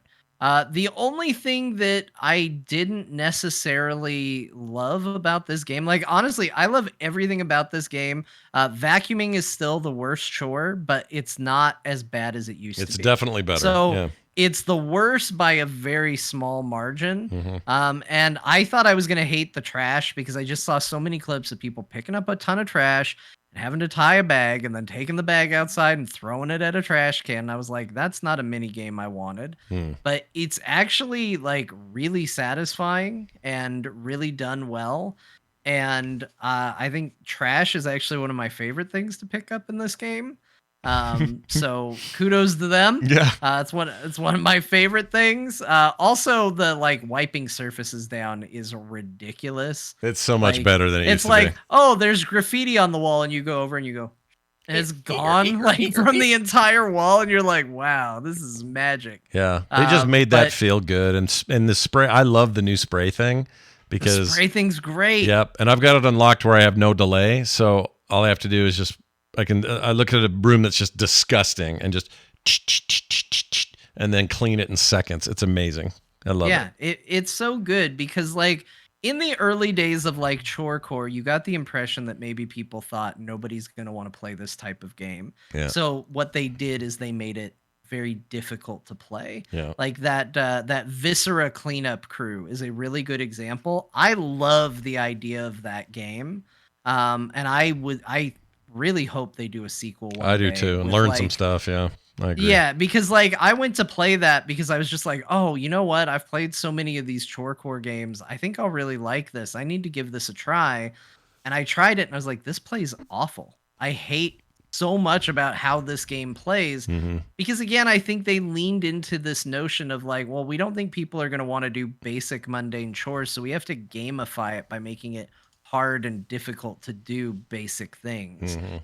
And that's what I feel like House Flipper figured out was no, people just want to do this and you should make it as easy as possible to do it. Mhm. And that is what sets this apart from the others is by being so so approachable. You get to spend more time having fun with it than trying to fight controls and things like that. Yeah, I agree. So the only complaint I have about it is sometimes it can be a little bit vague about what it wants you to do. I had it didn't happen a lot. Like I've played through almost all of the story quests at this point. Story, Yeah. story. Not much of a story, but yeah. But I've played through almost all of the main quests in the game. I have technically beaten it and seen credits, but you can do some non-linear business, so I haven't done them all. And there were times where it was like I went to every room in the house and I checked the thing and I had every quest complete and I was at like a bee's dick away from 3 stars and Bee's just dick. no indication of what I needed to do to get that final star. Mm. And so I feel like it is most of the time very good at being clear at what you should do, but sometimes it isn't. And so it's been a bit of a frustration when I hit the sometimes it isn't. But overall, this game has just been a relaxing joy to play. Like it's a great put something on the other screen, zone out, and just do this while you're doing it, and it has just been relaxing and zen. So Yeah. I can't recommend this game enough. I was worried they ruined House Flipper. They didn't. It's fantastic. I think It's they. very I good. agree with you. The whole thing about they didn't necessarily make House Flipper better. They made another game that is in its own right better. It's hard to explain. What you were trying to say earlier about how it's not really a sequel in this traditional sense. It's not just iterated upon. It's almost like they went back and said, "What did we really want to make last time? Because maybe we'll do that this time."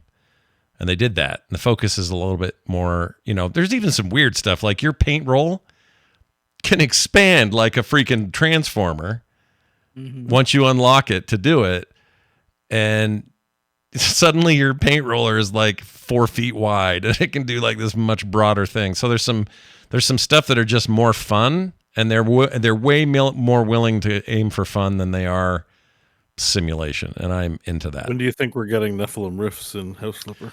Oh gosh. Not soon enough. Like I'm ready for. I am buying. So I am. They have a whole house creator in this game. They didn't have this in the last one, where you can start with foundation and build an entire home, furnish it, do the whole thing, and then sell those or keep it or whatever. I'm going to make a replica of my house. I'm going to make one of the house I grew up in.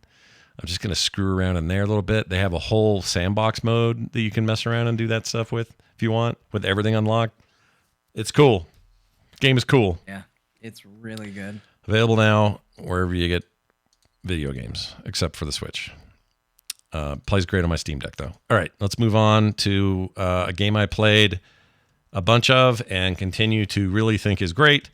You might say, well, how does it stack up against the obvious freaking elephant in the room, which is Baldur's Gate 3?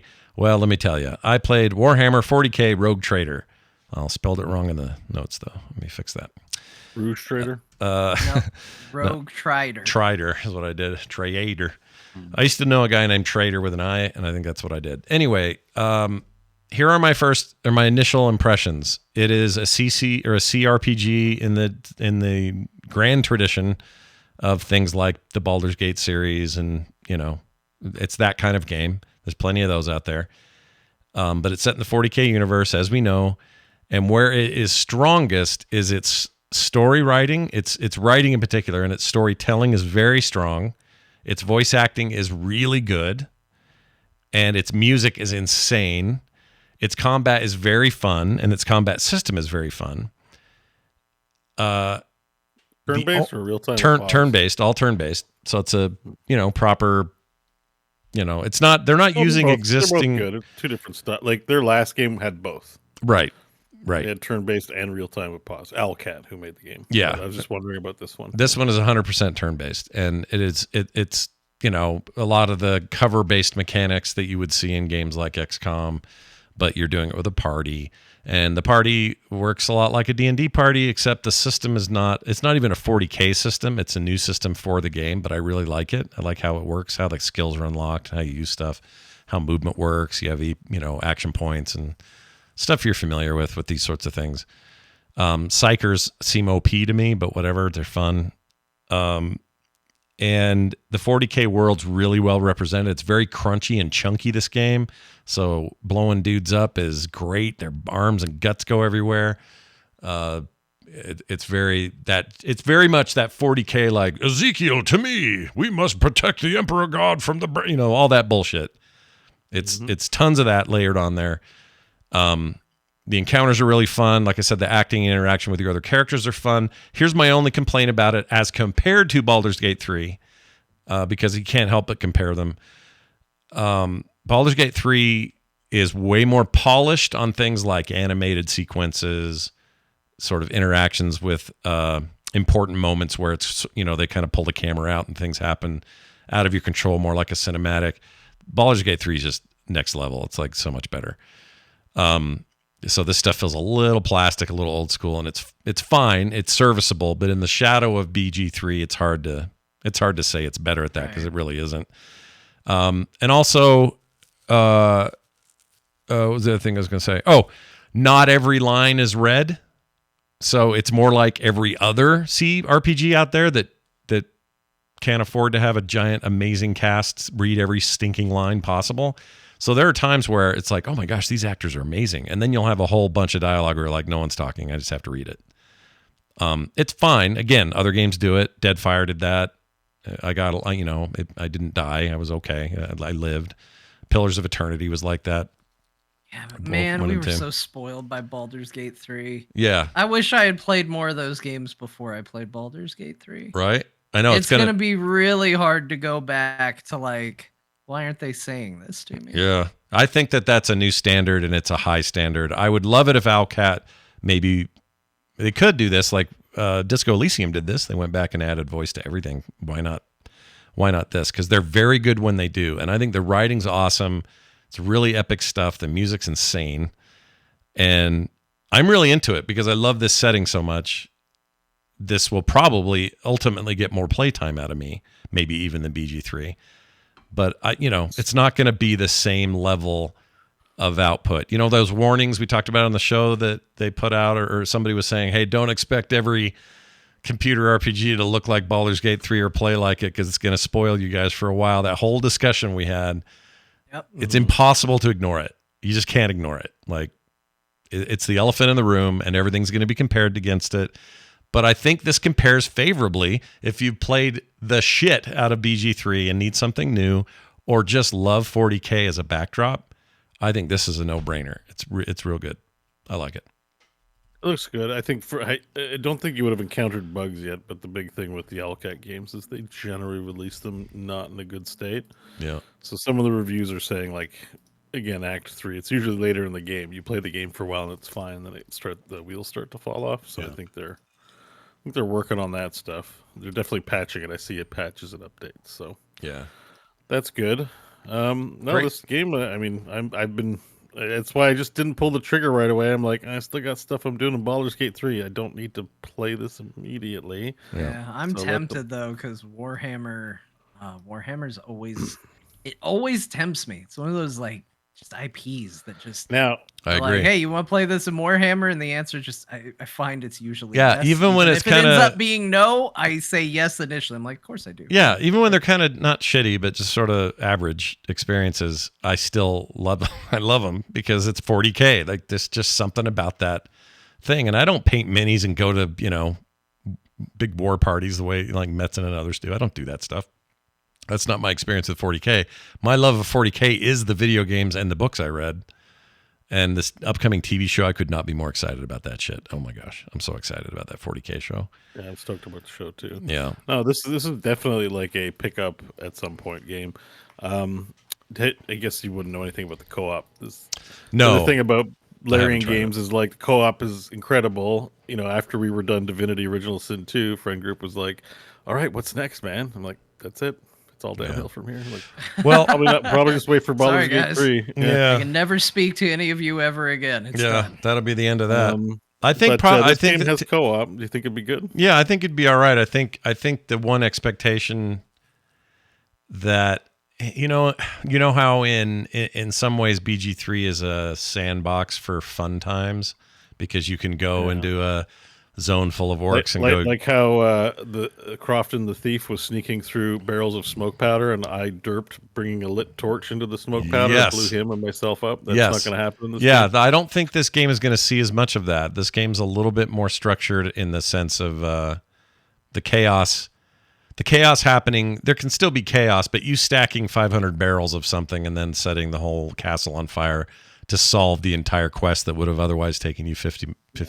Basically, the co-op is all of us admonishing each other when we do something that's not worthy of the Emperor, basically. Yeah, kind of, yeah. There's a little bit of that. But I do think this is a step above just about any other of these I've played lately. It's just hard not to compare it to Baldur's Gate. Baldur's Gate is such a watermark. This is this company's third crack at the CRPG bat. So you'd have to imagine that these games, when they stick to the genre they do and they keep improving over time, you know, that this would be a really good one. I'm like definitely intrigued by it, but I'm just like, I'm so busy with other stuff. This is gonna have to wait a little bit. Yeah, but, I'd back burner it for now. But when you get a taste for it, you know, it's scratching those itches. And do you make your whole party, or do you just make your main NPC and then you play with? You do a lot like Baldur's Gate. You make your own characters, a ton of character customization and class stuff and all that, and then you know their hair and their beards and all that shit you do, and then you go. The story will introduce these characters as you go along, especially in the first act. You're sort of working your way through this ship, and that's how you're discovering these other people after kind of a mutiny happens. It's not really a spoiler because it's an early thing, but I think I'm up to 4 in my party. I know there's more than that, and that's all I've run into so far. But they're fun. I got a guy who's a warrior with his chainsaw gun thing, who gets right up in people's faces. I got a psyker who just wrecks shit. She's amazing. My guy's more of a soldier, kind of middleware type dude can do a lot of different things. I don't know what to call him. He's like I just like the term middleware to describe your class. I think his base class is soldier. So whatever, you know, it's kind of basic, but Jack of all trades. Jack of all trades. Or yeah, kind of. I mean, he focuses on ballistics and guns, and I like range combat, so that's kind of my thing. But are you like an engineer or just a soldier? No, just a soldier type. But you have so much to unlock in terms of talents that I'm sure that there are abilities coming my way that'll let me customize the hell out of him. It's already that way with the 3 levels, the level ups I've done, and you control the whole party's level ups like you would want. You go in and do it's hard to know what to expect because they made their own system, right? Like if it was an existing system, you could be like, oh, I can't wait to get to level 10 and get, chainsaw hoo-ha or whatever. Right. It feels like a combination of like XCOM's cover, movement, and movement stuff in general, and then maybe the other stuff feels a little more, I don't know, D&D, or maybe, what it actually feels closer to is Divinity Original Sin 2's systems a little bit, which were good. Those were fun. I like those. I mean, I do see in the combat when they show it in the trailer that there is there must be dice rolls happening because there's a dice roll like a action history on the right side you can pull out. Absolutely. Yeah, you're getting dice rolls for sure. There's a D100 that rolls when you, I can't remember what the deal was. They explain it in the tutorial, but yes, there are dice rolls. I don't know that yet I've had a graphical dice roll like in BG3. No. Neither. BG3 does graphical for skill checks, but attack rolls... They're automatic, right? Yeah. Well, they happen, but you have to highlight the text, and then it'll show you the roll. It's like really hidden system in combat for the most part. Right. But the technical results are there if you want to review them, because sometimes... I like to go to the tape. I'm like, that was bullshit. What happened? I need to see the roll. Yeah, and you do have like a this 98% chance with advantage. What the hell is going on? It's like it wasn't a critical fail. You find out, it like in Baldur's Gate 3, it's like it pays to do the examine, check out the character sheet, and understand the mechanics before finding them out in the fly, losing your turn, and potentially dying. Yeah. I'm sure this game's going to have some of that too. Yeah, there's definitely some of that. The one thing I was surprised by was how extremely well it runs on a Steam Deck. A little bit of small text issues, but for the most part, it is a dream on there. And so I've been taking that to bed, All right. Well, yeah, you have. Yeah, I have. It's been great. Anyway, get your 40K on, everybody. There's people in our community who are way further than me, and they can probably say more in the Discord and stuff. But well, you got new games to play, dude. Yeah, that's right. And who knows? How am I going to get 2 games per day on average for 2024 if I don't start? I was looking in the comment section of Steam on this. One of the reviewers says average time to complete 200 hours. So it's a beast. It's a big one. You got to stop playing new games if you want to get deep into this one. That's right. I'm compelled by this one, though. We'll see how long it holds me, but I really like it so far. All right. Last one I played, a hidden object game called An Arcade Full of Cats. Now, some months ago, John, you talked about a bunch of hidden cats in a game. I can't remember what it was called. No, it was called I Drew Some Bees. Oh, that's what it was, bees. That's right. I couldn't remember if it was cats or bees. Cats are a big deal. There's a ton of these hidden object games that feature cats. I don't know what the deal is there, except everyone loves cats or finding cats or whatever. But this is like that. It's like one of those games. It's free. They sent me a code, and I was like, oh, sweet, another free code. And then I found out it was free anyway, so it was kind of dumb. But I know. I downloaded this while you were talking about Rogue Trader because I saw it ahead of time. And this is the kind of game I would want to make for my mom and dad. Yep. Dad, put down the dynamite or whatever it is you're playing and find some cats for a while. Something real basic like this that they'll just have fun with. And I'm saying it's for them, but I also downloaded it for me. There's just something about I was gonna sit here and click some cats. But I am curious, and so my first question for you is, every picture I've seen, these cats stand out pretty well. Yeah, they're the early levels. So what it is, the conceit is you're with a couple of cats who are time traveler cats, and they're in this time traveler car that looks kind of like a DeLorean. It is very much of nostalgia play, this thing. The whole thing, really. And these cats take you to different eras. You start in 80 or 81 or something. And you go in there, or you get in their car, they take you to the future, and then you park in front of an arcade. And you go inside the arcade, and the arcade is where the big laid out art is where you're trying to find these cats. And the arcade is full of arcade machines as well as other stuff like, vending machines, a pool table, just shit everywhere. I love this kind of art. I'm a huge fan of this. And the machines are based on real machines, but they have funky names that are cat related. So instead of, let's see, Missile Command, it's Missile Calico. But it's the same cabinet and similar graphics and that sort of thing.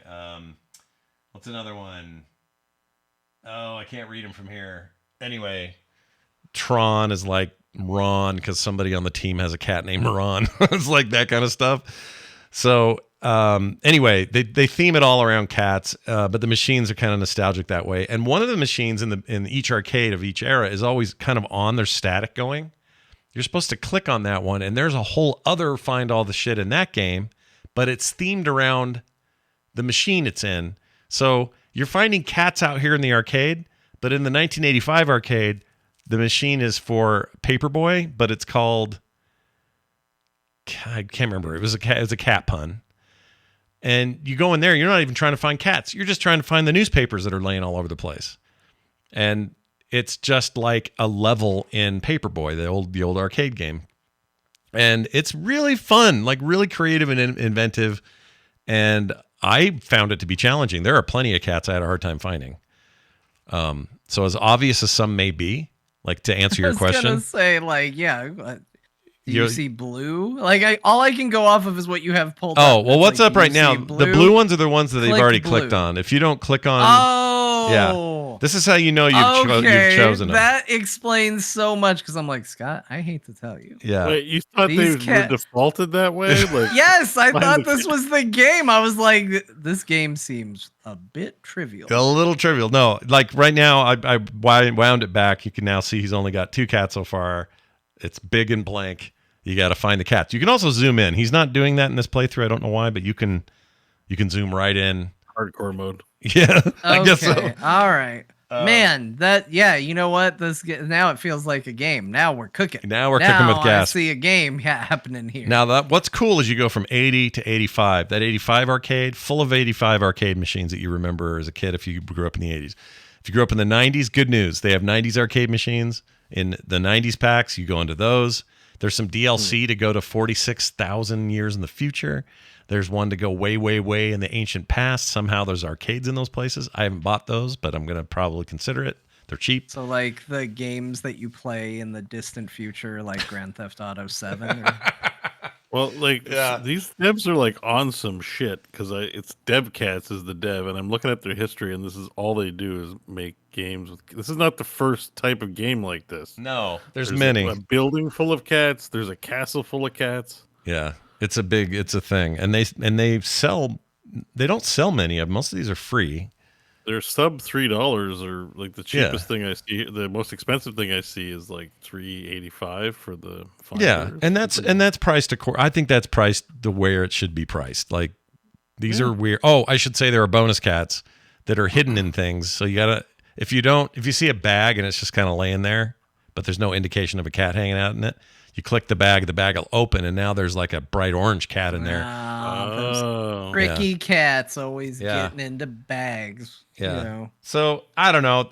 I've probably gone on too much about it because it's just a damn find the object thing. But I had so much fun in here. I love it. This is worth spreading the news on because like a lot of these are overwhelmingly positive.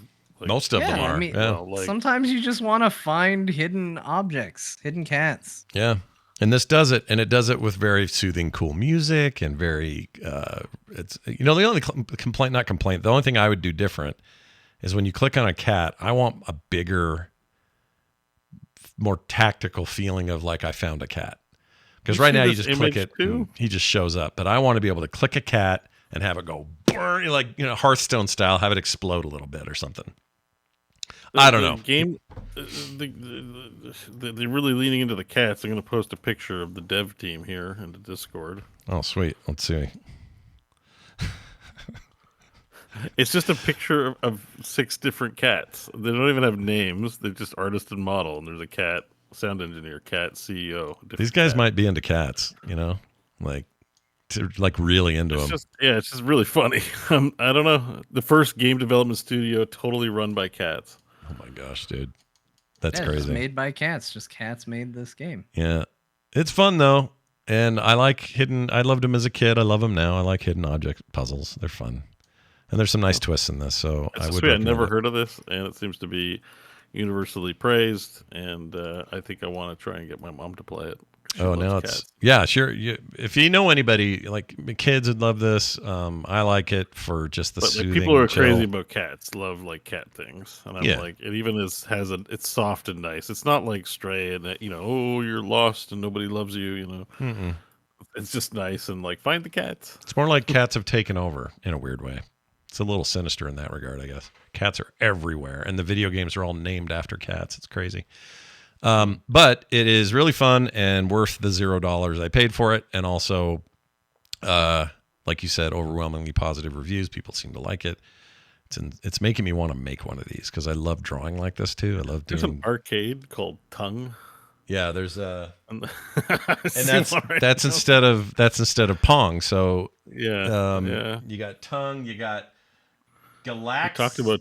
We talked about tongues today, or we talked about licking. It's related. Litter Zone, Litter Race, Sky Hisser, Catoroids. Look at this one. Galaxian. Calico. Galaxian is Galaxinian, like Nyan cat. That's a deep cut. I saw one on another one too. It's not this era, but it's Dog's Lair instead of Dragon's Lair. Oh, nice. Funny. Oh yeah, there's a lot of anti-dog shit in here. That's the truth. Tons of it. So if you love dogs, you may not like their attitude about them, but anyway, it's fun. It's a good time. I think these kind of games deserve a little love, and they probably make their money on the DLC, which I hope they do. Yeah. That is it for what I played. John, you played a game. I talked about this months ago and loved it. You got Bang On Balls. What'd you think of Bang On Balls? I got Bang On Balls. Oh my gosh, Scott. Bang On Balls. I picked it up because it was on sale. Yeah. And you had spoken well of banging on balls, and it still has an overwhelmingly positive review on Steam, and I was like, this looks good. Oh, yeah. Honestly, I was thinking of buying it as a gift for someone. I was trying to come up with a good gift to gift through Steam, because that's a real nice, easy way to get someone something on the holidays. Just give them a gift through Steam. Sure. And I was like, well, let me try. Like, I feel bad if I gift it and I haven't played it. It's like, yeah, I think you'll really like this. And I haven't touched it. Like, what do I know? Right. I just got it on sale is what it's going to sound like. And so I bought it for myself. And so yesterday I was streaming, and my plan was to play a bunch of the games that I missed. Like, get a better idea for Game of the Year, try some stuff that I hadn't played. And I decided just to, kind of warm up by playing something real light. And I thought, Bang On Balls, how difficult is that going to be? Like, let's just play it. I played it for the entire stream because Bang On Balls is freaking awesome. Yeah. It is so good. Yeah. Like, you guys never believe me when I bring these weird ass games to the show, but then you'll play them and you're like, oh my gosh, that game is good. This is one of those. It's awesome. Like, so basically, and in case people didn't believe and didn't listen to Scott, but for some reason are going to listen to me, is basically this game is you play as a ball, and you are on a movie set, and you're chasing this like kind of asshole lead actor, I guess. Like, I assume he's bad because he's the first boss, and it seems like he's going to be the boss maybe every time he shows up later. Yeah. But you follow him into a bunch of various movies, and you basically just go to an open world, like think Mario 64, like big hub type world. And it just drops you in it. It doesn't really give you that many objectives. Like, I think for the Viking one, it's like, hey, destroy 3 ships in 3 different locations. And that's it. That's the only direction it gives you. And then you just start rolling around, finding what you can find, and you start unlocking things that just sort of change the game up. So like you run around, and all of a sudden I found a hat, and I thought the hat was cool, so I put the hat on, and I started running around some more, and I got a sword because I was in, like medieval times. So I found a sword. So I was like, well, that's cooler than the tomato I had. So I'll equip the sword. So I did that. And then next thing you know, you're just like, you're discovering these weird, crazy things. Like, you're performing these crazy rituals that awaken zombie balls. And the zombie balls just run around going, zombie. And like you just beat them up and you use it to solve puzzles to unlock more things and do more things. And so like by the start of that Viking world, I had a tomato and like a kind of shield. It looked like the lid to a can or something. Yeah. By the end, I looked like Thor. You're actually showing it right now. This actually looks a lot like my character. I had, like Thor's hammer and a helmeted or winged helmet that let me flap around in the air. Yeah. And they just unlock abilities and they don't make a big deal out of what they are. Like you don't get new gear and it say, oh, here's all the stats of it. It's just for you to figure it out. Like I got a cool scythe. It had a cooldown on it. It didn't tell me what the cooldown was, but I noticed when I hit enemies, they would turn into zombies and the zombies would fight for me. And I was like, sweet, this is great. Yep. And it is just this game about doing basic objectives, seeing a silly little world, doing funny things, and progressing. And it controls perfect. Like that's the thing that's important is like it controls extremely well. Because if it didn't play well, this wouldn't be worth talking about. Agreed. But yeah, it plays super well. It's super fun. Anytime you're like, well, let me go see what's over there, it feels like you're rewarded for it. And I ended up playing it for the entire stream. And then that night, I loaded it up and played more of it until it was bedtime. Like it's just super fun. And the theming is all around the world you're at. So I finished the Viking one. I'm now going into a space exploration type world. So I imagine all the items are going to be more themed around that because they were all, Viking themed in the previous world. So I'm just excited to see what happens, what I can get, what I can unlock, and keep going with the game. In fact, I just saw on the screen they unlocked a little tuxedo with sunglasses. Great. Yep. Like that's what the game is all about. So, yeah, it's maybe one of the most surprisingly fun things that I've. Now you tell me if I'm smoking crack here, but I was reminded just watching this what it reminds me of, and I couldn't put my finger on it last time. It reminds me, weirdly, because there's no stealth gameplay in this game, but it reminds me of playing the Hitman games, the recent ones. And I think it's because it's like I enter this big space and it says, you have these 3 objectives, but you quickly realize the world's got 1 billion objectives. If you decide you want to just screw off and find out why that car's beeping, whoa, now what am I doing? A whole nother thing. And like it's got all these layers of like 1 billion things to do. And if you want to just mainline it and go straight to the things, you can. But the game is so compelling when you're in it that you just want to go look at that weird thing glowing over there. Why is that glowing? How come that thing's trapped and why is it yelling at me? Can I let him out somehow? Oh, it turns out I can. I got to kill 3 of these guys and beat this king or whatever. Or I can ignore it altogether. Like it's got this really great sandbox vibe to it. And I'm so glad you played it. I love this game. Yeah. There's a button to fart. Yep. Fart button. Yep. I got urinated on by one of the devs, I think, and then hearts appeared above his head after he did it, which I don't know what that message was about. Yeah. I went to the writer's room, and it seemed like a hidden dev level, and one of the devs was just in the toilet urinating on the wall. That's what you want. And he turned around to look at me and urinated on me. And, yeah. Anyway, it's got all right. it's a bit immature sometimes. But Beau bought it. I love it. I just bought it. We got him. I think you'll I like got it. Beau to bang on balls. You're playing it, and yeah, there's just too much I'm hearing. That's it's neat. Check out. It's a neat game. It's also on sale. Steam Summer Winter Sale has started today, by the way, everyone. Yeah. So get your cheap games. It was like less than $20. It was like 19 or something. Yeah, I think it's 14 super here. fun. Oh, it's so fun. Like it's just, and that's the thing. Like it doesn't really. There's a story, but like it doesn't matter. There's there's not. It's not that difficult. Although apparently it defaults you to easy. Like while I was goofing around with settings, I realized there was a difficulty setting and it had me on easy. Oh yeah. But honestly, this game is also, it would be a fantastic game to play with the family. Oh, big time. Yeah. I haven't done that yet, but does it have co-op multiplayer? I don't know if it's got multiplayer, does it? It does. It does have multiplayer because I had to turn it off because while I was streaming, someone showed up and just started completing all my objectives. Should we have a bang on balls? Like You guys I want would to bang play on it. some balls? I with would me? play. Yeah, I we would could- play we could go 3-player do it. bang on balls. Can we have more than Yeah. 2? Finals is great and all, but since we all own it now, I'd definitely play bang on balls with Hell you yeah. guys. Yeah, it has up to 4 players. Like it's just goofy What? and It's got dumb. 4-player co-op. That's crazy. It is crazy. It's got. It's got. The other thing I wanted to say about it, graphically, it's gorgeous. It's a beautiful game. Yeah, it looks really good. Yeah, it's Unreal It looks 5. really, Just really this It's water. Unreal 5. Yeah. It's Yeah, I mean Unreal 5 getting better and better at just everything, and this looks just crazy. It's a game about sphere Yeah. people. It's Yeah. like let's put minimal effort. It's not like I shouldn't say that because that's wrong. I know what But you we're- mean, but we're yeah. not doing humans. We're doing balls. Everything's a ball here.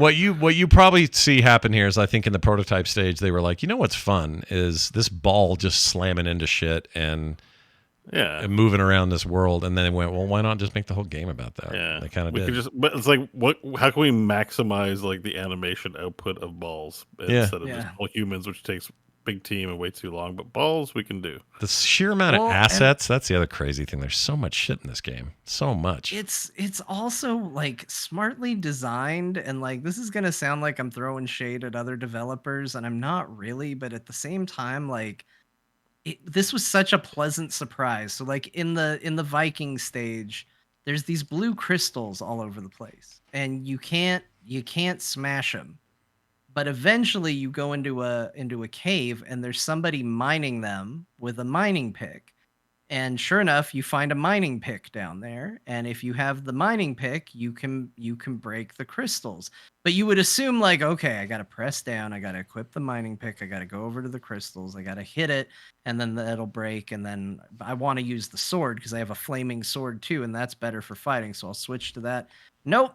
As soon as you have the mining pick, regardless of what weapon you have equipped, if you bump into the crystals, you will switch automatically to the mining pick and break the crystals. Mm-hmm. That's a tiny thing that I feel like it just, in playing video games, it feels like 80% of game devs overlook because they're like, no, you'll get this and then you'll switch to it. And da-da-da. Like, that's what I was doing at first because that's just how video games work. Yeah. Usually they're not kind enough to do the work for, like, to make it automated like that. And I really appreciate that sort of attention to detail and just that respect of your time and your game playing experience. Like, it made me so happy to know that somebody did that because they realized, you know what, it would be a pain in the butt to have to switch anytime you saw a crystal. Let's not make the players do that. Yeah. So yeah.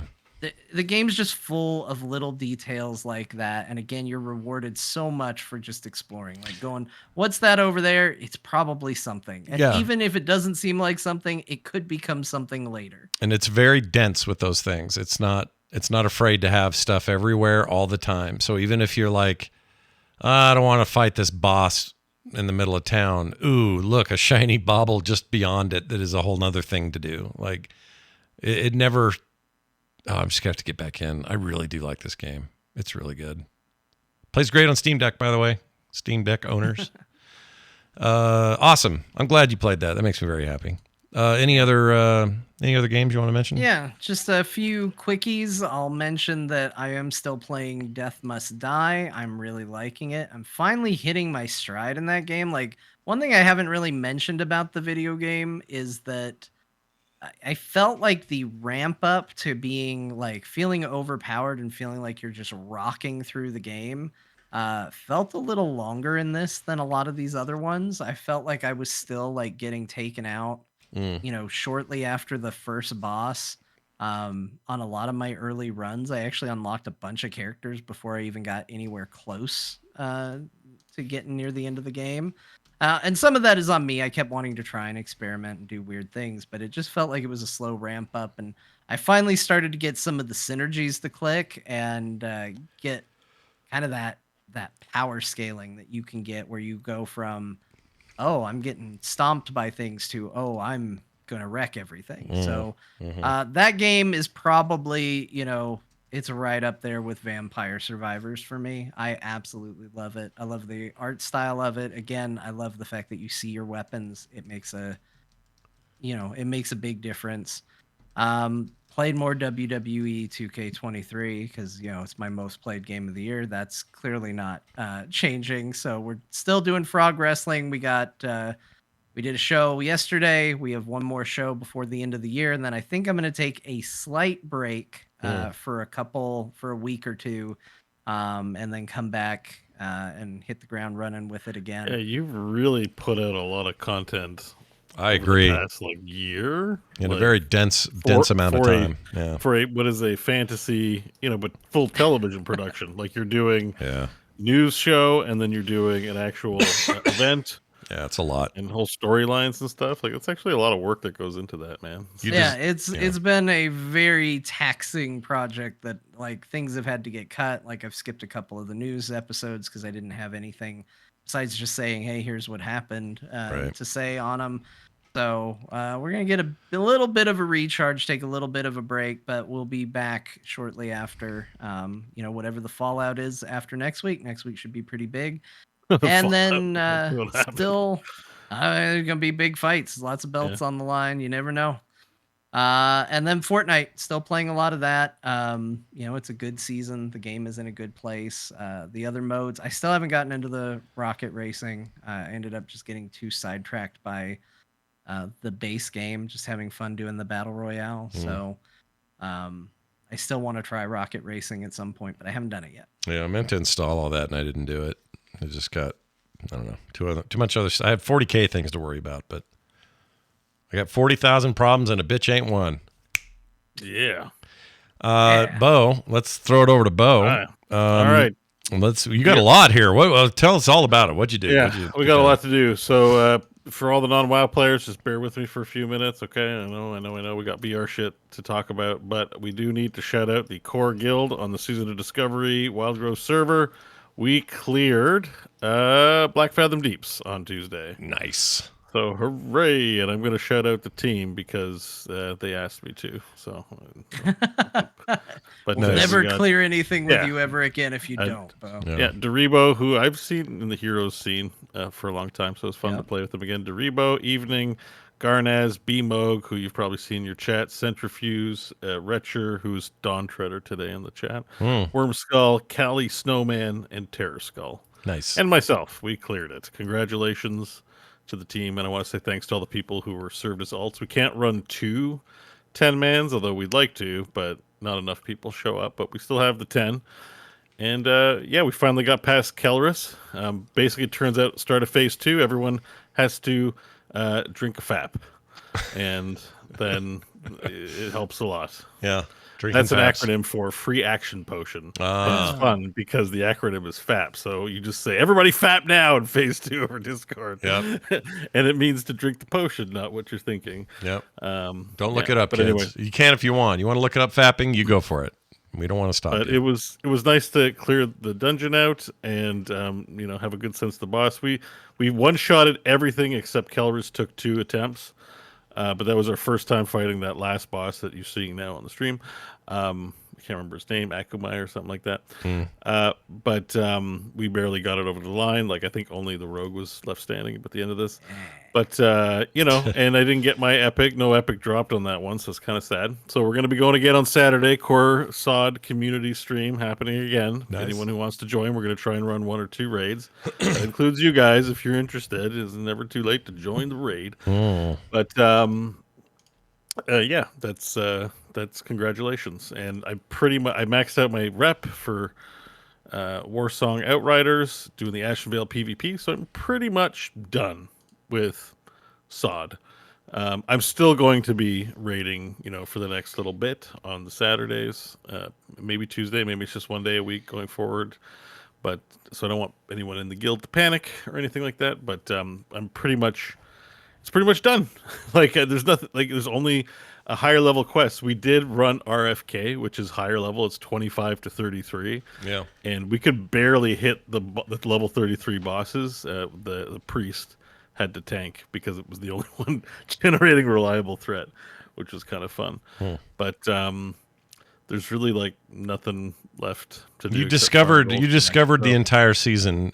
The season had all the discoveries and you found them. That's what happened. Yeah, I'm still actually missing 1 rune just because it's kind of like an epic slog to get one of these runes. And every class has to do the same activity. Yeah. And it's huge trade fodder. You can farm these things, sell them on the auction house for this Goblin and Ratchet, but it's just too much of a pain in the ass.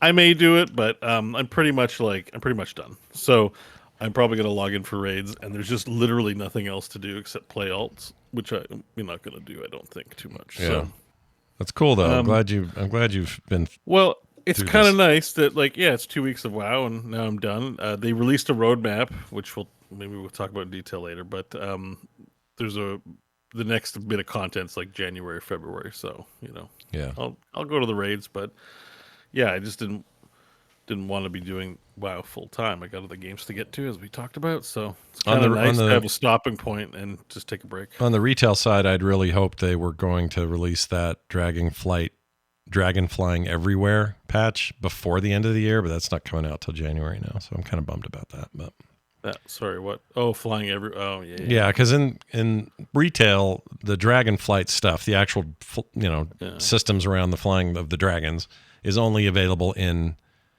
Dragonflight zones, and they're patching it to make it so everywhere in the world you can Dragonflight, and I'm very stoked about that because that's one of my favorite things about modern WoW is that addition is like a game changer. Was that mentioned on the roadmap? Yeah, it's at the January level. Okay. Yeah, I was hoping it was Well, sooner. Is all. soon. I thought we were going to get it before Christmas, but this might give me a time to go in and check out some Dragonflight content. That's kind of what I'm glad about because it looks like, and this is the interesting part about Season of Discovery.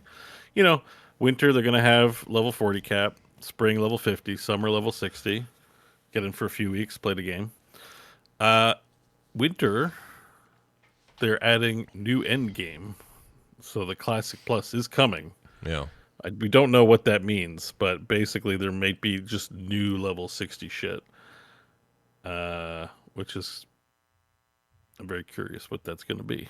Yeah. Maybe you can go to your trainer and pay for more spell levels when you train. Well, the funny thing is about the spell levels, I know you don't like the spell levels, but like for example, warlocks, their main rotation just involves their 2 runes. Those scale with your level. You don't got to train ranks of them. So you don't even got to bother going to the trainer in some cases. Like you just got new buttons to push, and it's actually cool. Like it's not like give me the spell ranks of that stuff. So I don't know, man. It'd be funny if Season of Discovery evolved into basically just being retail WoW eventually. It just had all the features and all the things and all the quality of life things. They just don't change the models to be modern. Everything just looks like old WoW. I don't know. Yeah. It's a weird line they walk, right? Because they could get weird and add so much stuff that you're like, well, this is either a whole third game or this is close enough to retail that why are we doing it? Like, I don't know. I have questions about how this is going to look in the future, but we'll see.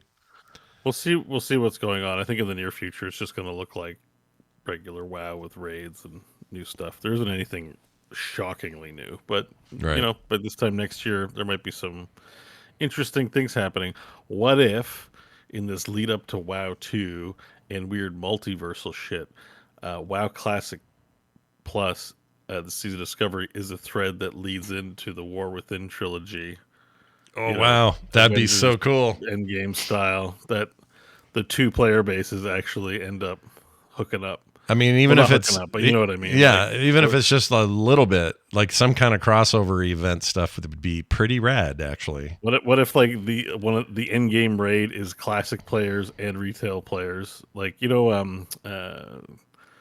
Lich King style. There's like the Alliance on one ship and the Horde on the other. What if it's like the olds and the news have to fight together to defeat Uber Sargeras or whatever? it's Sure. gonna be. Yeah, they could time travel shit and all that. I think that could be interesting. Mm-hmm. All right. Now, Interesting. I'm dying to hear about Asgard's Wrath 2. We going to talk Yes. about that? All right, it's time for the VR section of the game. If you're not into VR, go take a nap. Yeah. Set your clocks for 20 minutes. Yeah. All right, Asgard's Wrath, big release. Hyped up by IGN as a 10. We talked about it last week where John said to me, but it's probably a VR 10. And I took his comments seriously. Yeah. What's great about Asgard's Wrath, before I let you in on the answer to that question, is that it was free with pre-orders, but I think it's free even if you get a Quest, like kind of console style. It's a game you can get with your Quest purchase. So good news that it's good. Watch this footage, man. Tell me what you think. Looks I'll great. talk so that audio listeners get this, but let's just say this: it's a good game. All right, flat out, good game. Like stands head and shoulders above other offerings on the Quest Store. I've tried a lot of the different games. There are various levels of jank or not enough dev time or money because VR is challenging. These guys have put out a solid quality product. It of course suffers from the same things. A lot of VR limitations that you do have, like VR levels tend to be smaller levels because they want to ensure high frame rates, so they tend not to make big levels. Even Half-Life Alyx is kind of like this. They're dense. Yeah. So what is this game? This game is essentially, so far, it feels like a corridor, because I've only been in the prologue, like a corridor version of a game like Phoenix Rising or Assassin's Creed, or I think the closest thing I can think is like Jedi Fallen Order, Jedi Survivor, in that it's first person, but you got sword swings, the enemy does moves, you got to dodge them, there's timing attacks, and I'm even fighting a guy called the Jedi, the Sentinel here. And as you can see, this one is competently programmed and done. So I can parry with my sword. I have to strike his sword while he's striking, and if it's a blue heart attack, he'll stagger, and then I can hit him. He also can taunt and do things that open up weak points where I can quickly swing at him and score hits on him. But this is like a full-on boss fight. This guy also, kind of wimpy in terms of boss. In the opening, a giant bird I had to fight with full, they give you you have all the levels and stuff right at the beginning to show you how awesome you're going to get later. I fought a giant bird on an ice lake, and it was awesome. So the combat, think Jedi Survivor. They got moves, you got to dodge, you got to hit during timing attacks, but you're doing it with your two controllers. It's responsive, it's good. I had a good time with the fighting. So combat is excellent. It also features the dungeons and puzzles, so you gotta, dodge blades coming out of the ceiling and swirling at you. You're also a god who possesses characters in the world. So sometimes you go to god mode where everything looks like an RTS and you got to pick things up and move them around in god mode. That's fun. I haven't gotten to the part where I get followers, but in the first one I had a shark man as a follower, so I know the followers are probably going to be awesome in this one. The game is fun. Is this game a 10? I haven't played long enough to say it's a 10, but I'm leaning in the 10 direction. Oh wow. I'm leaning in a 10. I might say that John is somewhat right, that it is a VR 10, given that if this game existed on Xbox and PS5, it probably wouldn't cause the same sensation on that. It'd probably be an 8 or a 9, maybe even a 7. Still pretty But high, that's still though. saying a lot. Like Still that, says a lot. that's still saying a lot. Yeah. But the big innovation is it's a fully featured VR game, so it is a VR 10. I would argue Half-Life Alyx is just a 10, like straight up. Like no, what do the cool kids say? No cap, 10. No cap 10. Yeah. But like this definitely is a VR 10, and I would probably give this on a console, this kind of game so far. It's just hard because like the levels are small, but I know the VR limitations. With the levels being as small as they are, I'd probably drop it to like a 6. You know what I mean? Like, yeah. But it isn't. There's also, hang on, I'm getting ahead of myself. There's also the roguelite element is like, the smallest hallway. In a video game, if I went through a hallway that small, I'd feel not satisfied. In VR, swinging a sword's kind of tiring. Like after you fight 3 monsters, you're like, whew, that was a battle, right? But if you fight 3 monsters in Diablo, you're like, give me my freaking money back. Yeah. Yeah. It's hard to one-to-one some of these experiences. What I will say is I didn't want to put the game down. I was having an immense amount of fun. And I got a little sidetracked because I'm doing the campaign here in Egypt so far. There is a roguelike mode with a character called DM, D initial M, which I guess stands for something, but I didn't really appreciate the humor. I was like, DM, like Dungeon Man? Like, this is weird. Yeah. And she wasn't that well voice acted or scripted, which was a little unusual because the campaign is like phenomenal. And I'll bring you to the VRification part. Part of this game is that it's like you're going through space, and here's the 3 weavers of story. I can't remember what they're called, and they're giantesses because they're gods, and they talk to you from huge, and it feels really cool to just be like, oh my god, ah. And then when you're falling through space or drowning in water, it's awesome.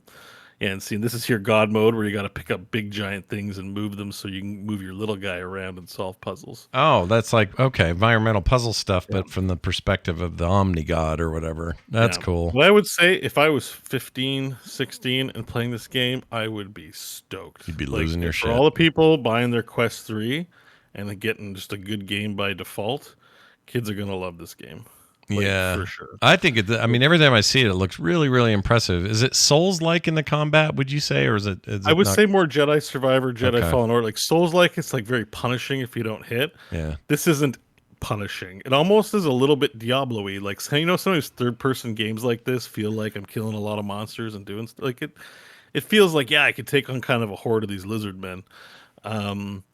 But I would put it more in the, you know, Jedi Survivors does evoke a bit of that Dark Souls. Like if I don't dodge, I get hit. But if I parry with my sword or I have a shield eventually, that stuff matters. You can upgrade all of those abilities.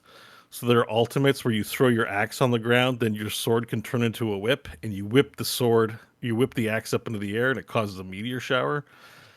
I haven't gotten to that part yet, but I just saw the demo. Like they have videos showing what you can do when you upgrade the abilities, and it looks awesome. The menu screen is fully fledged. You'll see it here, and it looks incredible. And there's a lot of information. The big thing I would take away from this, and a lot, especially RPGs, is I wasn't bored.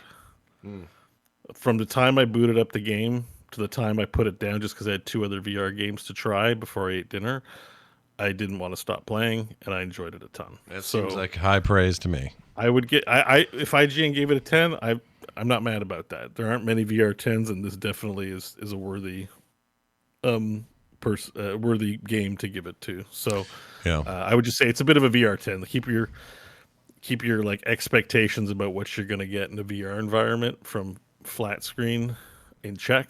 But like I said, it's good because you might be able to fire 500 arrows in Skyrim with your controller, but like after 20 arrows, like your arms are tired in VR.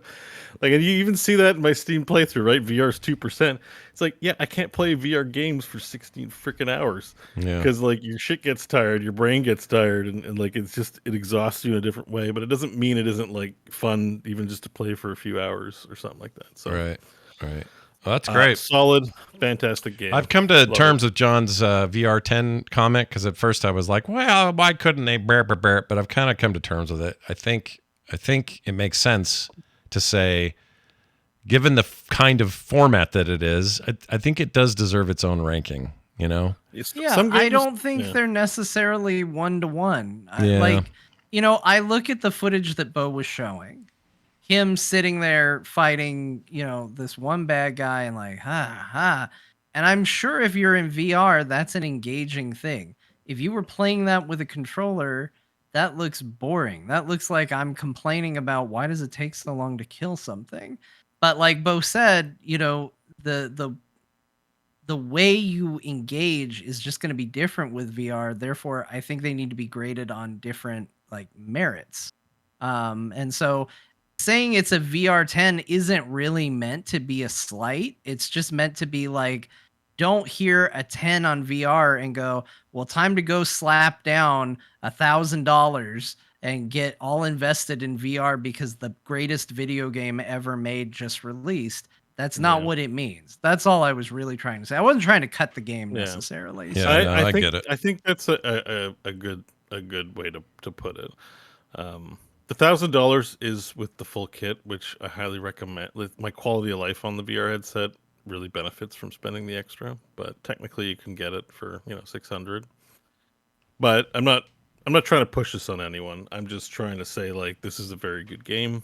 You will have fun with it if you like this style of game. But is it? Are you missing out on something you haven't played before doing this? Aside from the VR of it all, no, you've not played really. this genre of game. Yeah, in fact, it's worse than the genre of game you've played on flat screen. Sure. It's the novelty of VR, which can sometimes be really visceral. It's really cool when I'm falling through Rainbow Galaxy with like this weird hands like reaching out to me and moving me around and stuff. Like there's some really cool visuals in this game. Yeah. This would, I mean, go 10 years ago and just say, hey, guess what? This is what VR will look like in 10 years. I would lose my shit. Yeah, I mean, this room we're showing right now in the video looks phenomenal. In like, you know, it looks kind of just like a regular video game space. It's also blown up because Oculus casting to the PC is a vertical rectangle. Yeah. So and streaming is 1080p horizontal. So I gotta like blow it out and zoom it in, so it looks also shitty. It's a little cropped shitty on my stream. Yeah. But it's impressive looking in the game. I love this game, man, and I haven't seen too much of Matt Mercer because he plays the bad guy. Except he laughed at me a bunch. Oh, well, you're a funny guy, so why not? But you know, he was out pimping that game at VGAs, and well, he's a delight as always to hear in your video games. So, you know, so that's these guys are so nice. You'll like that. I'm gonna hear something nice Liam did the other day. He probably won't love that I'm telling this, but my niece is like out of her mind obsessed with all things Critical Role, loves it, and Liam's her favorite, and she didn't know I knew Liam, so she's sitting there at this dinner we were having, Christmas dinner thing, and she says, and she was talking about it, oh, I love those guys so much. I said, yeah, you know, I know Liam, and she's like, shut up. And she got like kind of emotional, got all weird, and I said, I promise it's true. She goes, I don't believe you. And I said, watch this, and I texted him. I says, my niece doesn't believe that I know you, or whatever I said, and he wrote back with a photo saying proof. There was a picture of him just going, making a face. And she started crying, dude. You're gonna kill her. Yeah, you gotta be careful with that stuff. It gets so real sometimes. Yeah, they really take that stuff seriously. So she was like crying and all upset. Not upset, but in a good way. She was like, that is so cool, and you know, losing it. Anyway, those guys are all like that. I'm not worthy feelings, right? When you're like, oh shit, the gods are here, and I'm not ready to beat the gods. Yeah. You know, like, you know. There's a bit of that, but he and the rest of them, they're all just so kind with their time and stuff. Yeah, just good people. Yeah. All right, tell us about. I hope. Well, hopefully some Liam shows up, and if not, that'd be cool. How what other? You said you tried a few VR games. Did you try some others? Yeah. Along with So I picked up another one. It was also a full price game that I paid for, but this I haven't fully confirmed it, but it did say so in the Quest store. This has cross purchase, so if you buy it on Quest or Steam, you can activate it on the other one, which is great. More of that, please. Quest and Steam. That is a huge hindrance trying to decide where I'm going to buy the game. This game is called Arizona Sunshine. Arizona, John's favorite. Arizona Sunshine 2, right? This is the sequel. Yeah, it's Arizona. This is the second one. State so nice they made 2 games about it. That's right. So the first one I missed out on, didn't play it. It's a zombie shooter, looked regular. Why did I get into 2? Well, because like I have The Walking Dead. I was aware of the game, and one of the hallmarks of Arizona Sunshine is that it's extra bloody on the Steam version. So I did quickly try it out in Quest. It's not nearly as bloody on Quest. I'm looking forward to playing it on Steam with full gore, but apparently it has a reputation for being massively explosively bloody, and I love it. The main draw of this one, it's the only VR zombie game that gives you this dog buddy. And I read the reviews for this game, not reviews, like reviews by reviewers of games, and everyone raves that your dog buddy is like the best thing ever in a VR video game. He's a good boy. You set him to attack zombies, and he rips them out, and apparently it's quite a fun experience. And the gunplay is pretty good too. So I booted it up, tried it out, and so far I like it. I can smoke cigars and cigarettes. I talk like I like my guns, and I call all the zombies Fred. And why is Fred mad at me? I like the voice. The voice of the player. That's how all of us here in Arizona talk. Yeah. The voice of this guy, though, I know he's a hillbilly, but and that's not everyone. But that's the main character, is like one of those guys that's like, God damn it, Fred, why are you making so much noise? Yeah. You play like a drunk, hillbilly kind of guy. Yeah. The controls are a little fiddly, definitely not as smooth or as beta tested as Asgard's Wrath 2. Still needs some work, I think.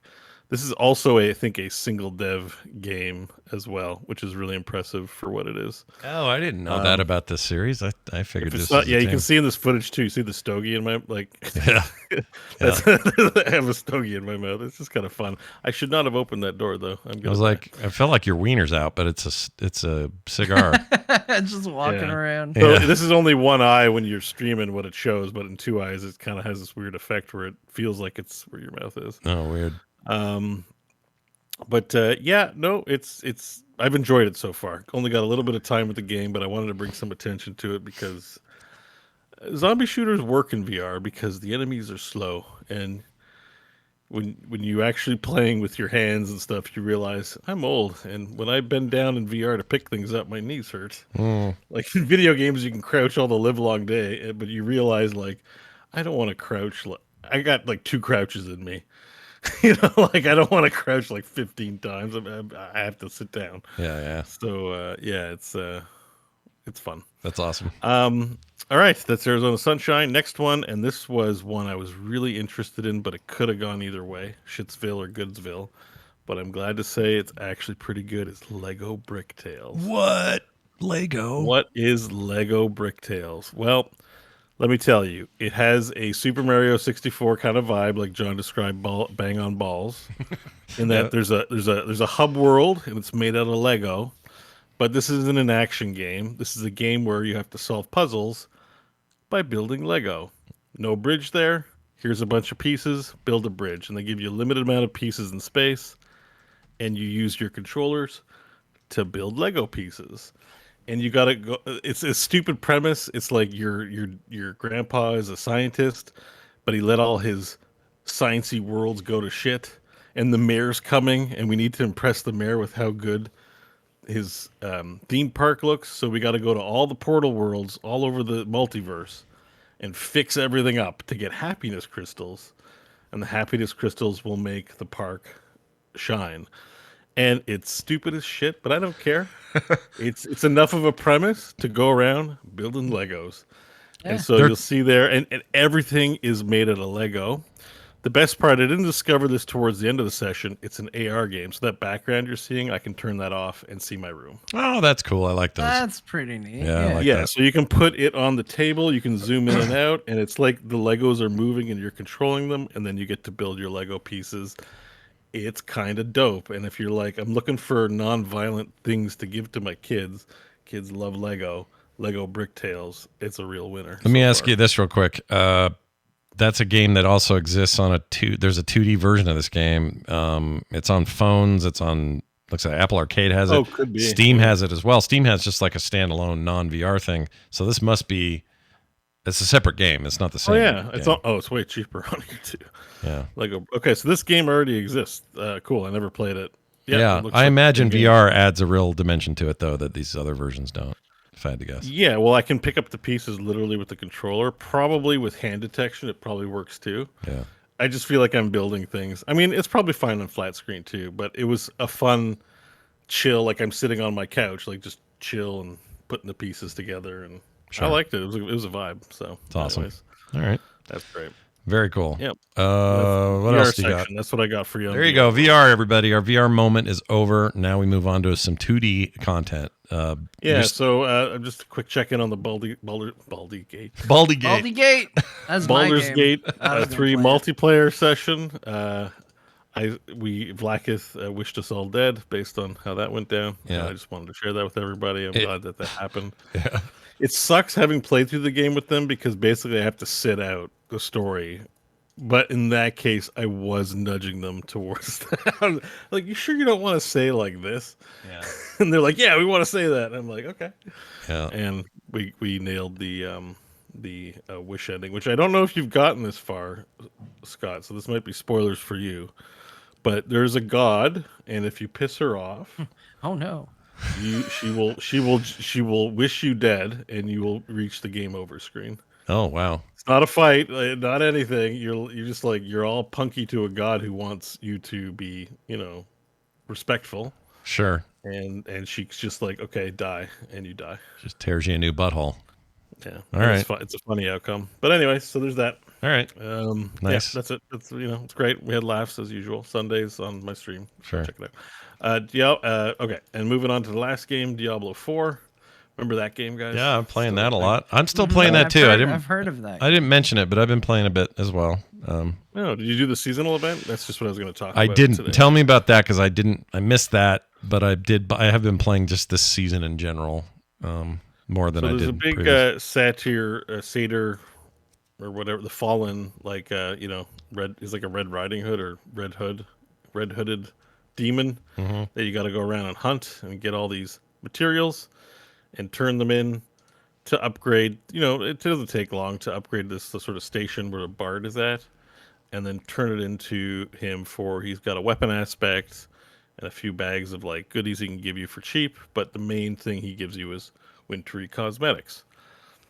The event itself, kind of fun, whatever. It's demons to slay, like not earth-shattering. It's just a little event. Right. But I wanted to make this comment again because we need to keep putting this out there about the game. There's a ton of cosmetics. I'm not going to farm for any of them. Yeah, they're Christmassy and it's not my thing, but that's not why.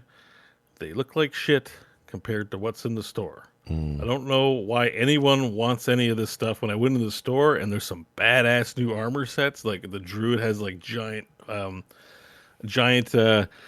elk horn frost armor. I almost spent $20 again. I've never even rolled a druid in my life yet, or I have in beta, but I don't have a druid character. It's a travesty. Like Kotick's gone, and we're gonna talk about that later too. I don't know if it's just him, but fix the fucking armor in Diablo 4. Like it's so sad. Like there's armor in PvP. Yeah. Looks lame compared to the store. There's armor. You want me to grind? You want me to log in and enjoy the game and give me like absolute trash for your winter event? But I can spend 20. It's not that game, guys. Like I'm going to be incentivized to play to get a badass sword by playing the game. Like I just don't know what to tell you. It's just They've swung too far the other way. I really like Diablo 4, Yeah. and like sometimes I'm kind of okay. I'm okay with the battle pass. It's cool. Like whatever.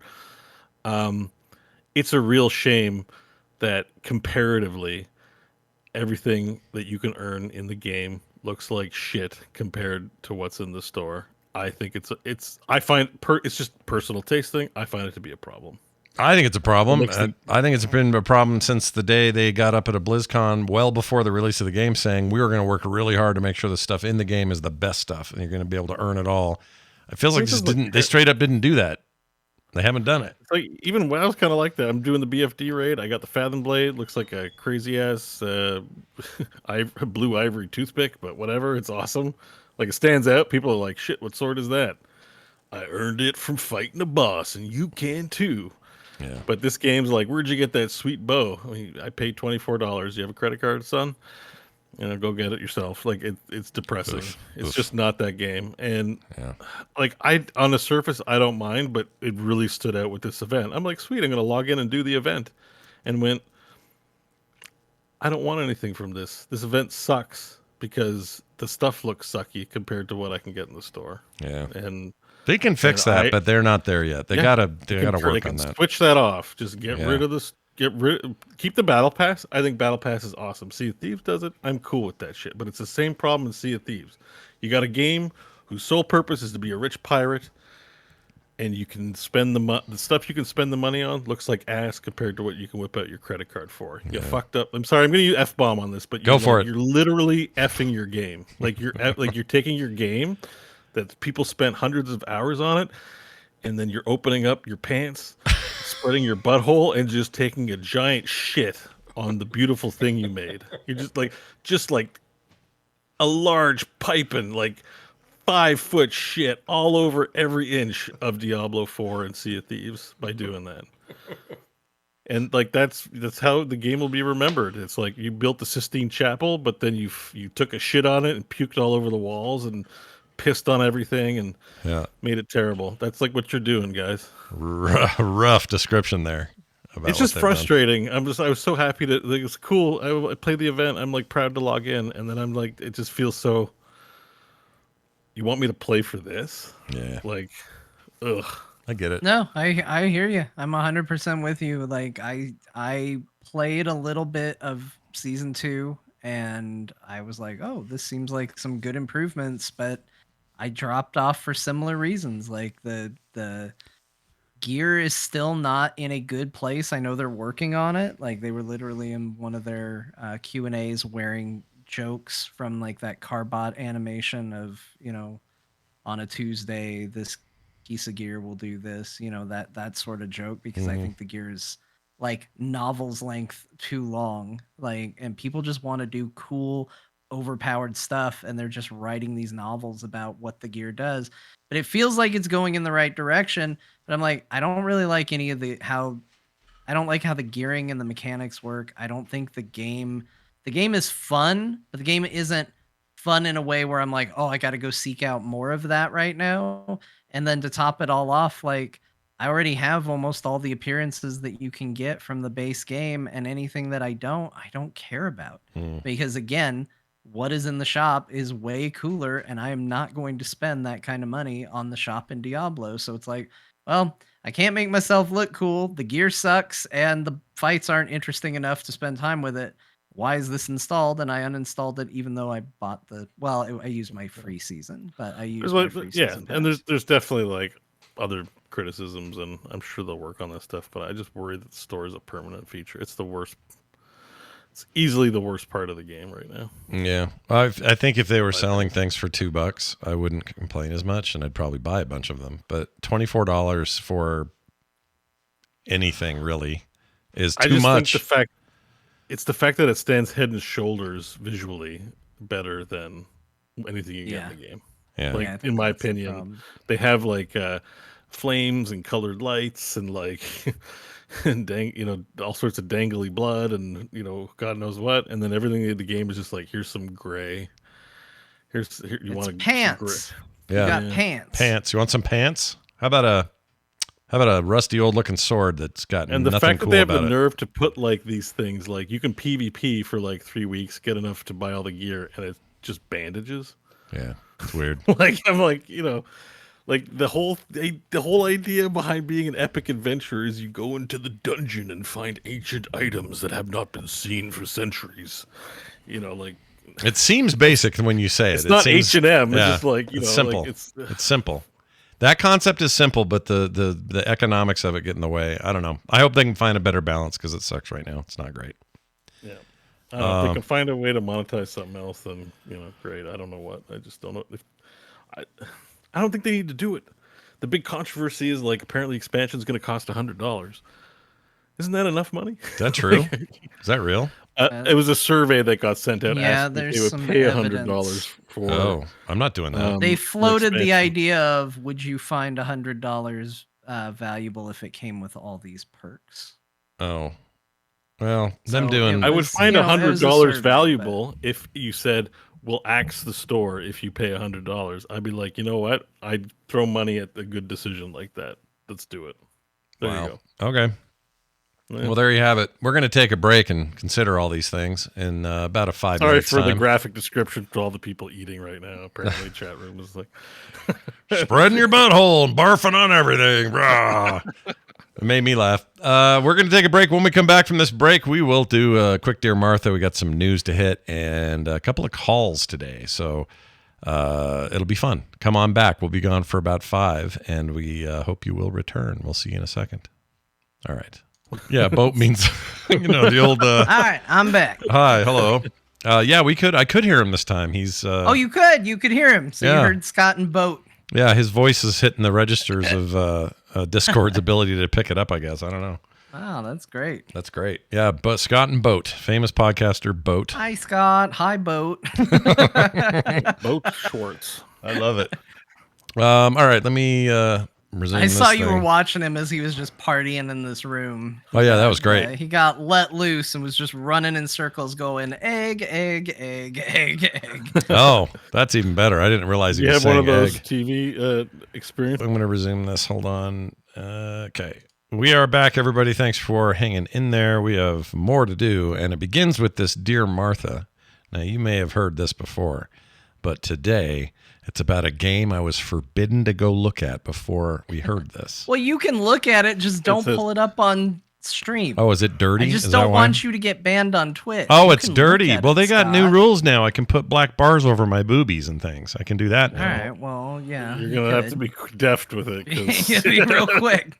What's this called? Let's see. I can tell people what it's called. It's called Cloud Meadow, and I'm just going to quickly just take a look here. NSFW, big time. So Cloud Meadow. It sounds nice. Sounds lovely. You know, it's oh shit. All right then. That this is might not be the most egregious one yet. I think potentially. Is this like a little farm sim? It is. Yeah. It says On review, Scott. It says equal parts farming simulator, RPG, visual novel is an erotic game about learning to work with a monstrous ally in order to build a new home and explore uncharted lands. Yeah, it looks like just boning though. All right. Well, anyway, let's let Dear Martha explain. Now, here you go. Oh, that's quiet. Just a second. Let me fix that. My dearest Martha, Cloud Meadow is like playing yet another fantasy farming sim RPG with NPC romance options because you can't download enough of them because you're an addict. But instead of imagining the saucy scenes because they usually don't have them, you get the saucy scenes in the game. And the icing on the cake and all the confetti is that all the men are hot and can horizontal mambo each other. I've never seen a game where the male romance options didn't get shafted. This is the first, and I'm including Baldur's Gate because Astarion sounds like a meme, and Gale isn't hot to me at all. The male/male and female/male options are on par with the female/male and female/female, which is like a Christmas miracle. I would love the affection to count more with characters, boyfriends and fishing, but I'm just being greedy. But if there's ever paid DLC for more scenes with the current characters, an alternate scene, and more scenes with new characters, I'm here for it. With my wallet. Yours in this life and the next. Hallelujah. What? Wait, what's that name again? I thought Hallelujah. Hallelujah. I forgot for a second that you're reading a Steam review, and I was like, "What is John going on about?" It's It's very he's rambling. Yeah, it sounds. I mean, yeah. If you didn't know John was reading a review, we'd all worry about John, but he read a review. It's all fine. All right. Well, that was awesome. This is a pretty wild game, guys. Yeah.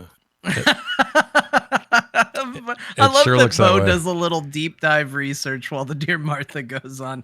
Yeah. He's like, I gotta find out more about Yeah. this. What else is going on in this game? Says Beau. All right. Well done. Now this. Time for some other news of note. As we mentioned earlier, Bobby Kotick penned a good. It's not good. A goodbye letter. And he sent it to his staff. He revealed that his final date as CEO is the end of this month, 29th of this month. And also, goodbye, get out of here. We're done. See ya. He's out of here. No more. No more Bobby Kotick. He can go home and cultivate a culture of abuse at home and not at work anymore. How about that? Anyway, it sounded harsher than I meant it, but also I don't like Bobby Kotick. It sounded like you're like, now go home and beat up your family. Yeah, get out of here, buddy. Insomniac suffered a major leak. Sony and Insomniac, because they're kind of in cahoots in ways that they're basically the same company. We now know the next 5 games they're working on and the rough dates for them. Dates don't really matter, though, but a Venom game is in the works. Literally, the next game would be a Venom game. Yeah. Then Wolverine. That game's, according to this leak, 2025 at the earliest, which is a bummer because that's, I don't know, I feel like we've been waiting forever for that. Still probably before Grand Theft Auto. Probably. Just think about that. 2028 or 29, we're looking at Spider-Man 3 and X-Men an X-Men game. Where I don't know if it have another subtitle they didn't say, but that thing's looking at like 2030. There was a lot more in here, though. There was stuff about their deals with Disney and various executives, and I mean, there was a lot. Like, you could get a full rundown of plot synopsis for Wolverine. Like, we're not going to cover all of that. Like, I mean, most of this stuff we knew was coming. We knew there was probably going to be a spin-off Spider-Man game. It certainly seemed like Venom was going to be the road they were going there. Yeah. Wolverine was obviously known. They had already talked about Spider-Man, a third Spider-Man coming up. And then they even said jokingly, you can probably guess where we go from there. I don't think X-Men is the craziest thing. So I don't think we're really airing something that they would be super sad to have aired on this show, but there is definitely stuff in the leaks that they were not happy about. I know a couple people at Insomniac were saying a lot of stuff that got leaked was, thoughts of a time and place, not necessarily intended. And the reason they're, down about it is because people have a tendency to see these things and take them as promises, even though this is long before they're at that stage where they feel like any of this needs to be mandatory. Yeah. So or leaked footage or photos. Like there's leaked footage of Wolverine, and it looks kind of bad. Like it's alpha, it's pre-alpha. It's like not great. I mean, same thing with GTA not long ago. Those leaks look bad. Yeah, we saw the GTA leak. It looked awful, and like now the new trailer came out, and the first thing everybody was saying was like, "I can't believe how good this looks." Like, big shock when games leak early. They look terrible, and they even seem like they're probably going to run terribly. So, I think it's time. Not that me saying this is going to change anything, but like.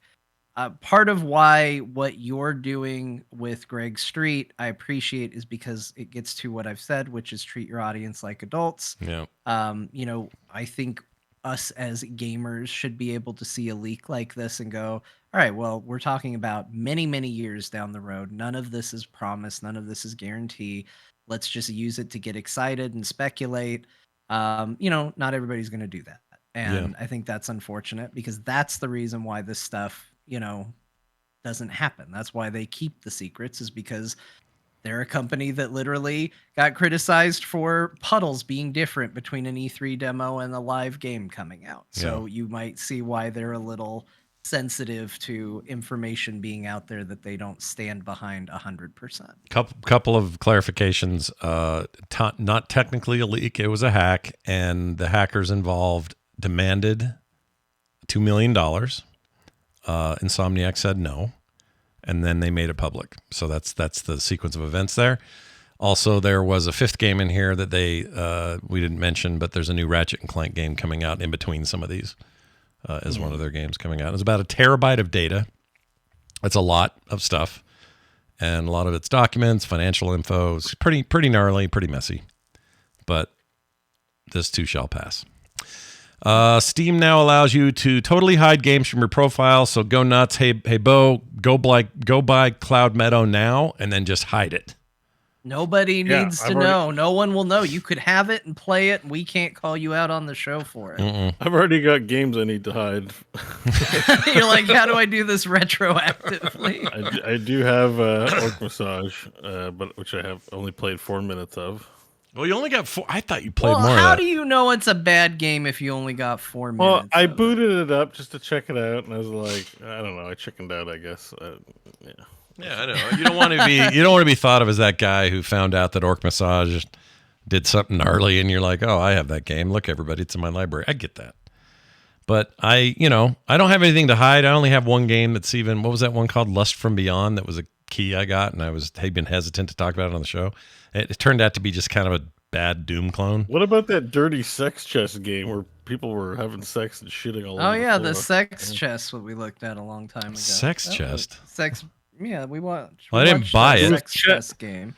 Oh, I thought I'm pretty sure you were the one that brought it to our attention. Did I? No, or was it sex chess? One Sex of us chess. needs to buy an adult video game and find out how this works. For science. Oh, sex chess. That's right. Because the screenshots in this thing. Oh my gosh, dude. Okay, I forgot. Nobody bought it. We just No, looked at nobody the bought screenshot. it. Hey, it's 70% off right now. $2.39 for sex chess. All right. Okay, buy it for science, someone. Yeah, Beau's buying it for science. That's really cheap, but also I'm a little concerned where this guy's putting that mace. All right, I'm shutting that down now. I'm closing that. I don't know why I Is looked it at that it bad? again, expecting it would be different this No. time. It's the Should I same not thing have I bought saw it? last. No, I'm glad you did. And then No. you can tell us. You can tell us all about it. All right. Did you figure out how to hide it? It's supposedly something you can do right away. It's still down 4 gigs. God damn. It's like $1 a gig. I want to know for 4 gigs what is in there that constitutes 4 gigabytes of data. My gosh. Yes. Oh my jeez. Oh, that seems nuts. All right. So do you know how to hide things? How do we do this? Yeah, what's the It process? looks like you can right click it in your library and say hide. Hold on, manage, Hide this game. Hide this Okay. game. I thought it just meant hide it for you. It hides it for everybody. I don't see it on my list. How am I Okay, supposed did to play you? it? Oh, that's a good point. How are you supposed to play it? I don't know. Well, Hold now you on. can If go I to go the. your Oh. profile. Do I see that you Okay. bought it? Yeah, it's a hidden tag. Okay. Okay, hold on. Let me go to your profile and see if I see that you bought it though, because It's a that's an tag. important thing too.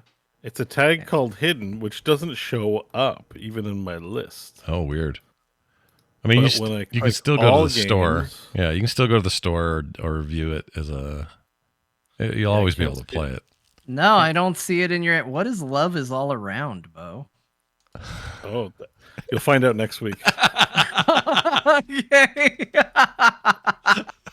I don't see sex chest, but I do see love is all around. Wow. Love is All Around is not a porn game, but it is something I'm planning on entertaining my stream with, and I'll tell you about next week. Okay. Oh, Oh, look. interesting. It's a bunch of K-pop looking people. It's Chinese. Oh, not Chinese, sorry. Korean. It's a visual novel that is overwhelmingly positive, featuring full FMV 1080p, and I think some streamers are streaming it. I'm like, I'm going to stream this for people. You're stealing my thunder a little bit, but in a way, this is advertising. Do you want to watch? I'm sorry, I didn't mean to. I was just trying to. Well, none of it's. They don't have any tags on here that this is like egregious. So it sounds like just like a visual novel. No, this is like a wholesome dating game. So we're gonna. Yeah, it's an RPG. Is it got? It looks like it's full of FMV. That's exciting. Yeah, it's like nothing but FMV. It's like a whole TV show thing. So. Oh, like Mad Dog McCree, you know. Yeah, I don't see that. I can see that you bought sex chess. I think you're safe. Sex chest isn't hidden. It isn't hidden. Oh, it's not hidden. Well, then I'm just not finding it. Maybe it's cached and you don't see it yet or something. It's new. I mean, new in his library, so you may not have access to seeing Well, it. I can't even find Orc Massage anymore. I think I have to type it in search to get, the hidden category. Or maybe I type. How do I find? You sure these aren't? Yeah, these are Chinese. There's Mandarin on screen, but these girls. I swear this girl looks like my sister. Who knows where they're from, right? So I don't know. I haven't played the game yet. I don't know the story. All right. Well, But, good luck. Love is all around.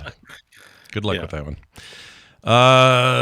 What else? Finally, Sony sold a bunch of PS5s. Not much to say here, except they sold 50 million PS5s. That is very successful at this stage of this generation. I think Sony is probably feeling pretty good about those numbers. That is nice and strong. Finally, the World of Warcraft 2024 roadmap is out. We don't have to talk much about this except to say Classic got its own roadmap, which that hasn't happened before. I thought that was significant, and that seems pretty cool. And there's also a pirate thing in here that I can't quite tell what they're going to do with it, but I like pirates, so there's that. It's cool, though, right? The Classic got all that. I think that's great. I think having a roadmap is very important. I've said it before, but I think, if you're going to give them $15 a month, if you're going to buy expansions, if you're going to pay for a thing, you should have a rough idea of what you're getting with that purchase. Yeah. And the thing I said about the winter update, which will come in January sometime, is 10.25, which will be Seeds of Renewal. That includes the Dragon Isles epilogues, the reclamation of Gilneas, and most importantly for me, dragon riding worldwide. I want that. Oh, and follower dungeons sounds so cool. I can't wait for that. Yeah. Yeah. That'll be fun. Is that the dungeon where you just have AI teammates? Yeah, it's just you and a bunch of AI. So people are, Taliesin was really having fun with it on the PTR. I have not tried it, but hearing good things. All right. That's it for that. Let's get to some calls. That's a good question. Got two of them today. A Fortnite prediction, because I made kind of a crappy one last week about Fortnite's trying to build, they're going to out Minecraft with this new mode thing. And here's the thoughts from this listener. Hey, Beau, John, and Scott. This is Clayton calling for Core. I was thinking about your conversation about Epic building a platform with Fortnite and how it might be competing with Minecraft. I think it's actually looking to compete with Roblox.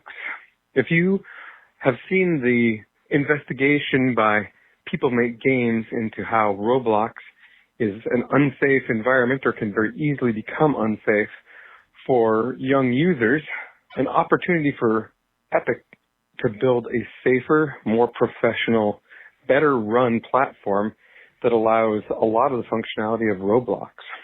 Thanks, guys. Love the show. Interesting. John, you got kids who liked Roblox, or I guess it got banned or whatever. What's the deal with Roblox in your house? No, it's allowed, but we definitely it's not my favorite thing. Like, right now a lot more interest is being spent in Rocket League and Fortnite and stuff like that. I certainly prefer that. Like, Roblox is a bit of a it's like if somebody put a rainbow colored plastic fence around the Wild West. Like, it presents very kid friendly, but then once you get in, like, you can see and do some crazy stuff, and there's certainly people doing some shady business. And as parents, it's your job to monitor. It's your job to try and protect them from that. But it certainly gives kids a lot of tools to get around that, even when you're trying to do due diligence. So I'm not a huge fan of Roblox, but it's not necessarily forbidden. So the idea that maybe Fortnite is trying to build a storefront, or Fortnite is the front end, and you get into Fortnite, and now there's all these new experiences that aren't just Fortnite, the Battle Royale, it's the Lego thing, it's the racing, it's the other stuff. I think he's maybe onto something. Like, maybe they're just trying to create a big playground that maybe is safer, or maybe less Wild West, like, to use your analogy. Yeah, and I mean, there's still, I mean, anytime you're playing with other people, anytime you're going to have potential voice comms, which again you can disable and stuff like that, and you can take steps. It's worth noting that I do wish that Microsoft, I haven't really tried with Sony. Like, Xbox is the family platform we use, so I can really only call out Microsoft on this one. I feel like they could do more. I think it's a little unfortunate how limiting some of their tools and rules and restrictions are, to a degree of where it's like, hey, we want our kids to be able to go play Rocket League, but we don't want them to have voice chat, and we want to put them on this, but if you set the profile at a certain level, they can't launch Rocket League at all. But you have to up it to a certain level so that they can get online, but then that opens the gate of having other chat options and stuff like that. It's just really tricky to kind of, it's trickier than it should be. But that aside, yes, overall, Fortnite is a safer experience. But you still have to be careful. None of this is going to monitor itself. Like, I still have to do, like, who are you talking to? Text when you go by the door and you hear someone speaking. Who are you talking to? How are you talking to them? Right. What are they saying? What are you hearing? You get asked for permission to download a mod, and next thing you know, you find out a bunch more stuff got downloaded. So you gotta be vigilant. Like, any system has ways around it. Roblox, it's just a little easier. So I am happier that Fortnite is garnering this interest. I do think that's who they're competing with. Beau, you also got a call kind of around your "Don't Call It the Game Awards" rant a couple of weeks ago, or a week ago, whenever it was. A week ago, I guess. I had a rant. Not a rant so much as you were like, just don't call it. It shouldn't be called the Game Oh, maybe it was you more than Beau, but we all kind of agreed. Well, we have a little bit of follow up on that. Hey, this is Donovan, and I'm calling in for the Core podcast. I was just listening to your most recent episode, at least I think it's the most recent, when John was talking about what to call the Game Awards and how we shouldn't call it the Game Awards. Just had a couple ideas. I think we should call it Jeff Keighley's celebration of games or games celebration extravaganza, something like that, something that has a celebration in it, because that's really what it is. We're giving awards to games this year that have been celebrated. Also, we're celebrating new games coming out. I think it'd be a much better event if it was called that, so we wouldn't have that association with awards. Just a thought. So his idea, just take awards out of there entirely. The name. Yeah, maybe they call it like the Oscars, but instead of the Oscars, it's the Kojimas. The Kojimas. Oh man. Yeah, I mean, that was my whole point. Like, the awards not getting enough screen time. We don't know the logistics of what concessions need to be made in order for the Game Awards to happen at all. But I think at the end of the day, we can almost 100% agree that event certainly didn't feel like it was about the awards. So calling it the Game Awards is a little, it just seems ridiculous to me. And it might sound silly to be like, well, it's still the same show if you rename it. Yeah, but then I don't have to hear about how the Game Awards wasn't about the Game Awards, which is nearly as exhausting as Kratos' speech. Yeah. The previous year. Yeah, like, the previous year. Yeah. I just get sick of it. Like, it's been the problem every single year. It continues to be a problem. I don't see it getting fixed. I think they did overcorrect. Just call it something different. Just say that. Stop pretending it's about the Game Awards if you're not going to give them the time. Look, if Twitter can change their name to X, you guys can change your name to the Game Awards. Okay. I know it's not the same, even remotely the same situation, but branding is hard. Branding is expensive. When you do a big brand rewipe name change, it's a pain in the bum. So I always wanted them to just be called the Keeleys. I always felt like that was the more appropriate name. I can't claim that I thought of that. I think someone else used to call them the Keeleys, but I think that's, at least that doesn't sound as serious. Like, it was just a Keeley. Yeah. Or change it to just scratch out some of the names. So instead of Game Awards, just cut out A and DS and just be the Game War. You know what I mean? Yeah. Or you want to be cool about it, but not change all the signage. You just cross shit out. Like, again, I didn't hate the show. And I see Omega 9 in the chat saying they hate themselves. I don't. It was there to be entertaining. And if you were entertained, that's fine. That was what its job was. Right. But I do feel bad for people that were up there trying to put their passion on stage for the Game Awards because they won a Game Award and not having enough time to do so. So I just feel like that's a silly name. Yeah. It is weird when 20 minutes of your award broadcast is of a 3-hour broadcast is spent on awards. Like that, Yeah. You're kind of stretching the truth there. If we said, hey, Core is a video game show and we only spent 18% of the show talking about games and the rest talking about pogs or something. Careful, Scott. Someone's gonna do the percentage on Core. And I think we do shock us. We have some strange conversations, but we do a good job sticking to. We've done a good job of relegating it to the pre-show. Yeah, that's true.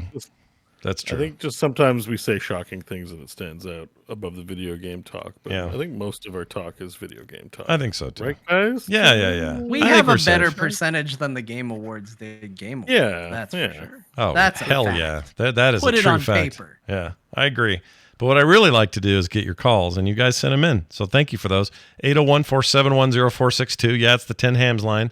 Call that anytime. 801-471-0462. Text it or voicemail it. We're happy to play and read any of that stuff when you do it. If you'd also like to hear more of these, I have a few stacked up that are kind of outro calls, so they're getting played in the post today. You'll hear those after we kind of wrap things up with Grandma today. So check those out. A few more calls there, and please keep them coming. You can also email us, talktothecore@gmail.com. Quick note about a brand new patron this week. He's our sole new guy. Now, around the holidays, this is what happens. People kind of slow down a little bit. They're busy. They got stuff going on. But Mark Brand took the time to come and sign up on our Patreon, and I think he deserves to get called out for being such a stud and doing that. Hero of the week, Mark Hero Brand. of the week, Mark Brand. That's right. I'm going to go get my own Mark Brand right on my butt. Anyway, Mark, you're awesome. Thank you for that. You are going to now enjoy the show without commercials ever, with pre-show and post-show content, and monthly host shows and artwork in the mail. There's so many reasons to sign up. Go do it now. That's patreon.com/core show. And huge thanks to our existing patrons. You guys are all awesome. That is going to do it for the show. You can find all this information, by the way, at frogpants.com/core. And I started putting a list of the games in the posts wherever it gets posted. Look at you, Scott, helping out people. Oh, yeah, I noticed that last week. Great job. Just trying to help a little, right? Because we know ahead of time what we're going to talk about. It's actually kind of easy to make the list. It's a lot of the other notes that are hard because we talk about random shit.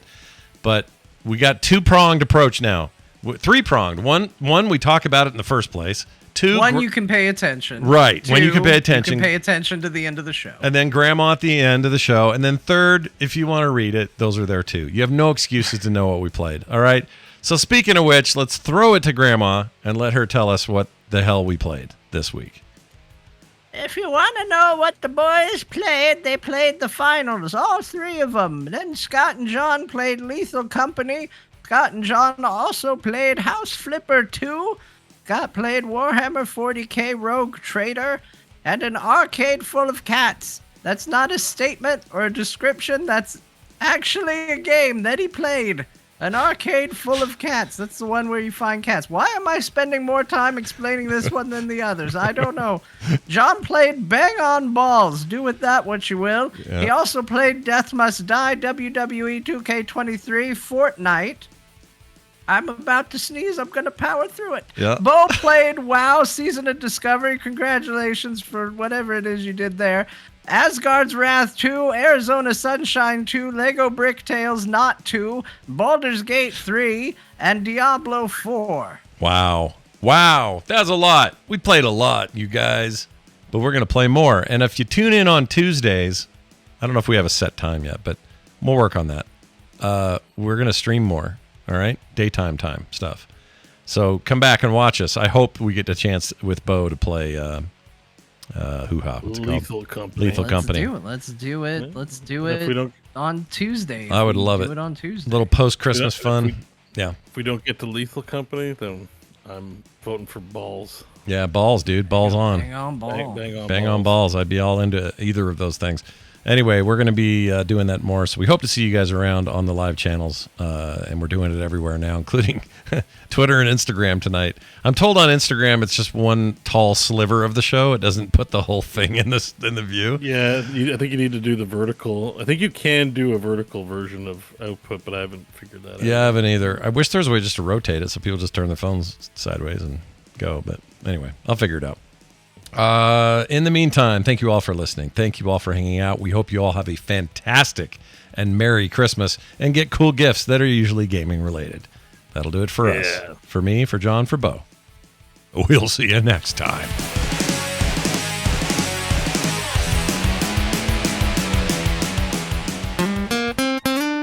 Get more at frogpants.com. Collect worthless garbage. Yes. Collect worthless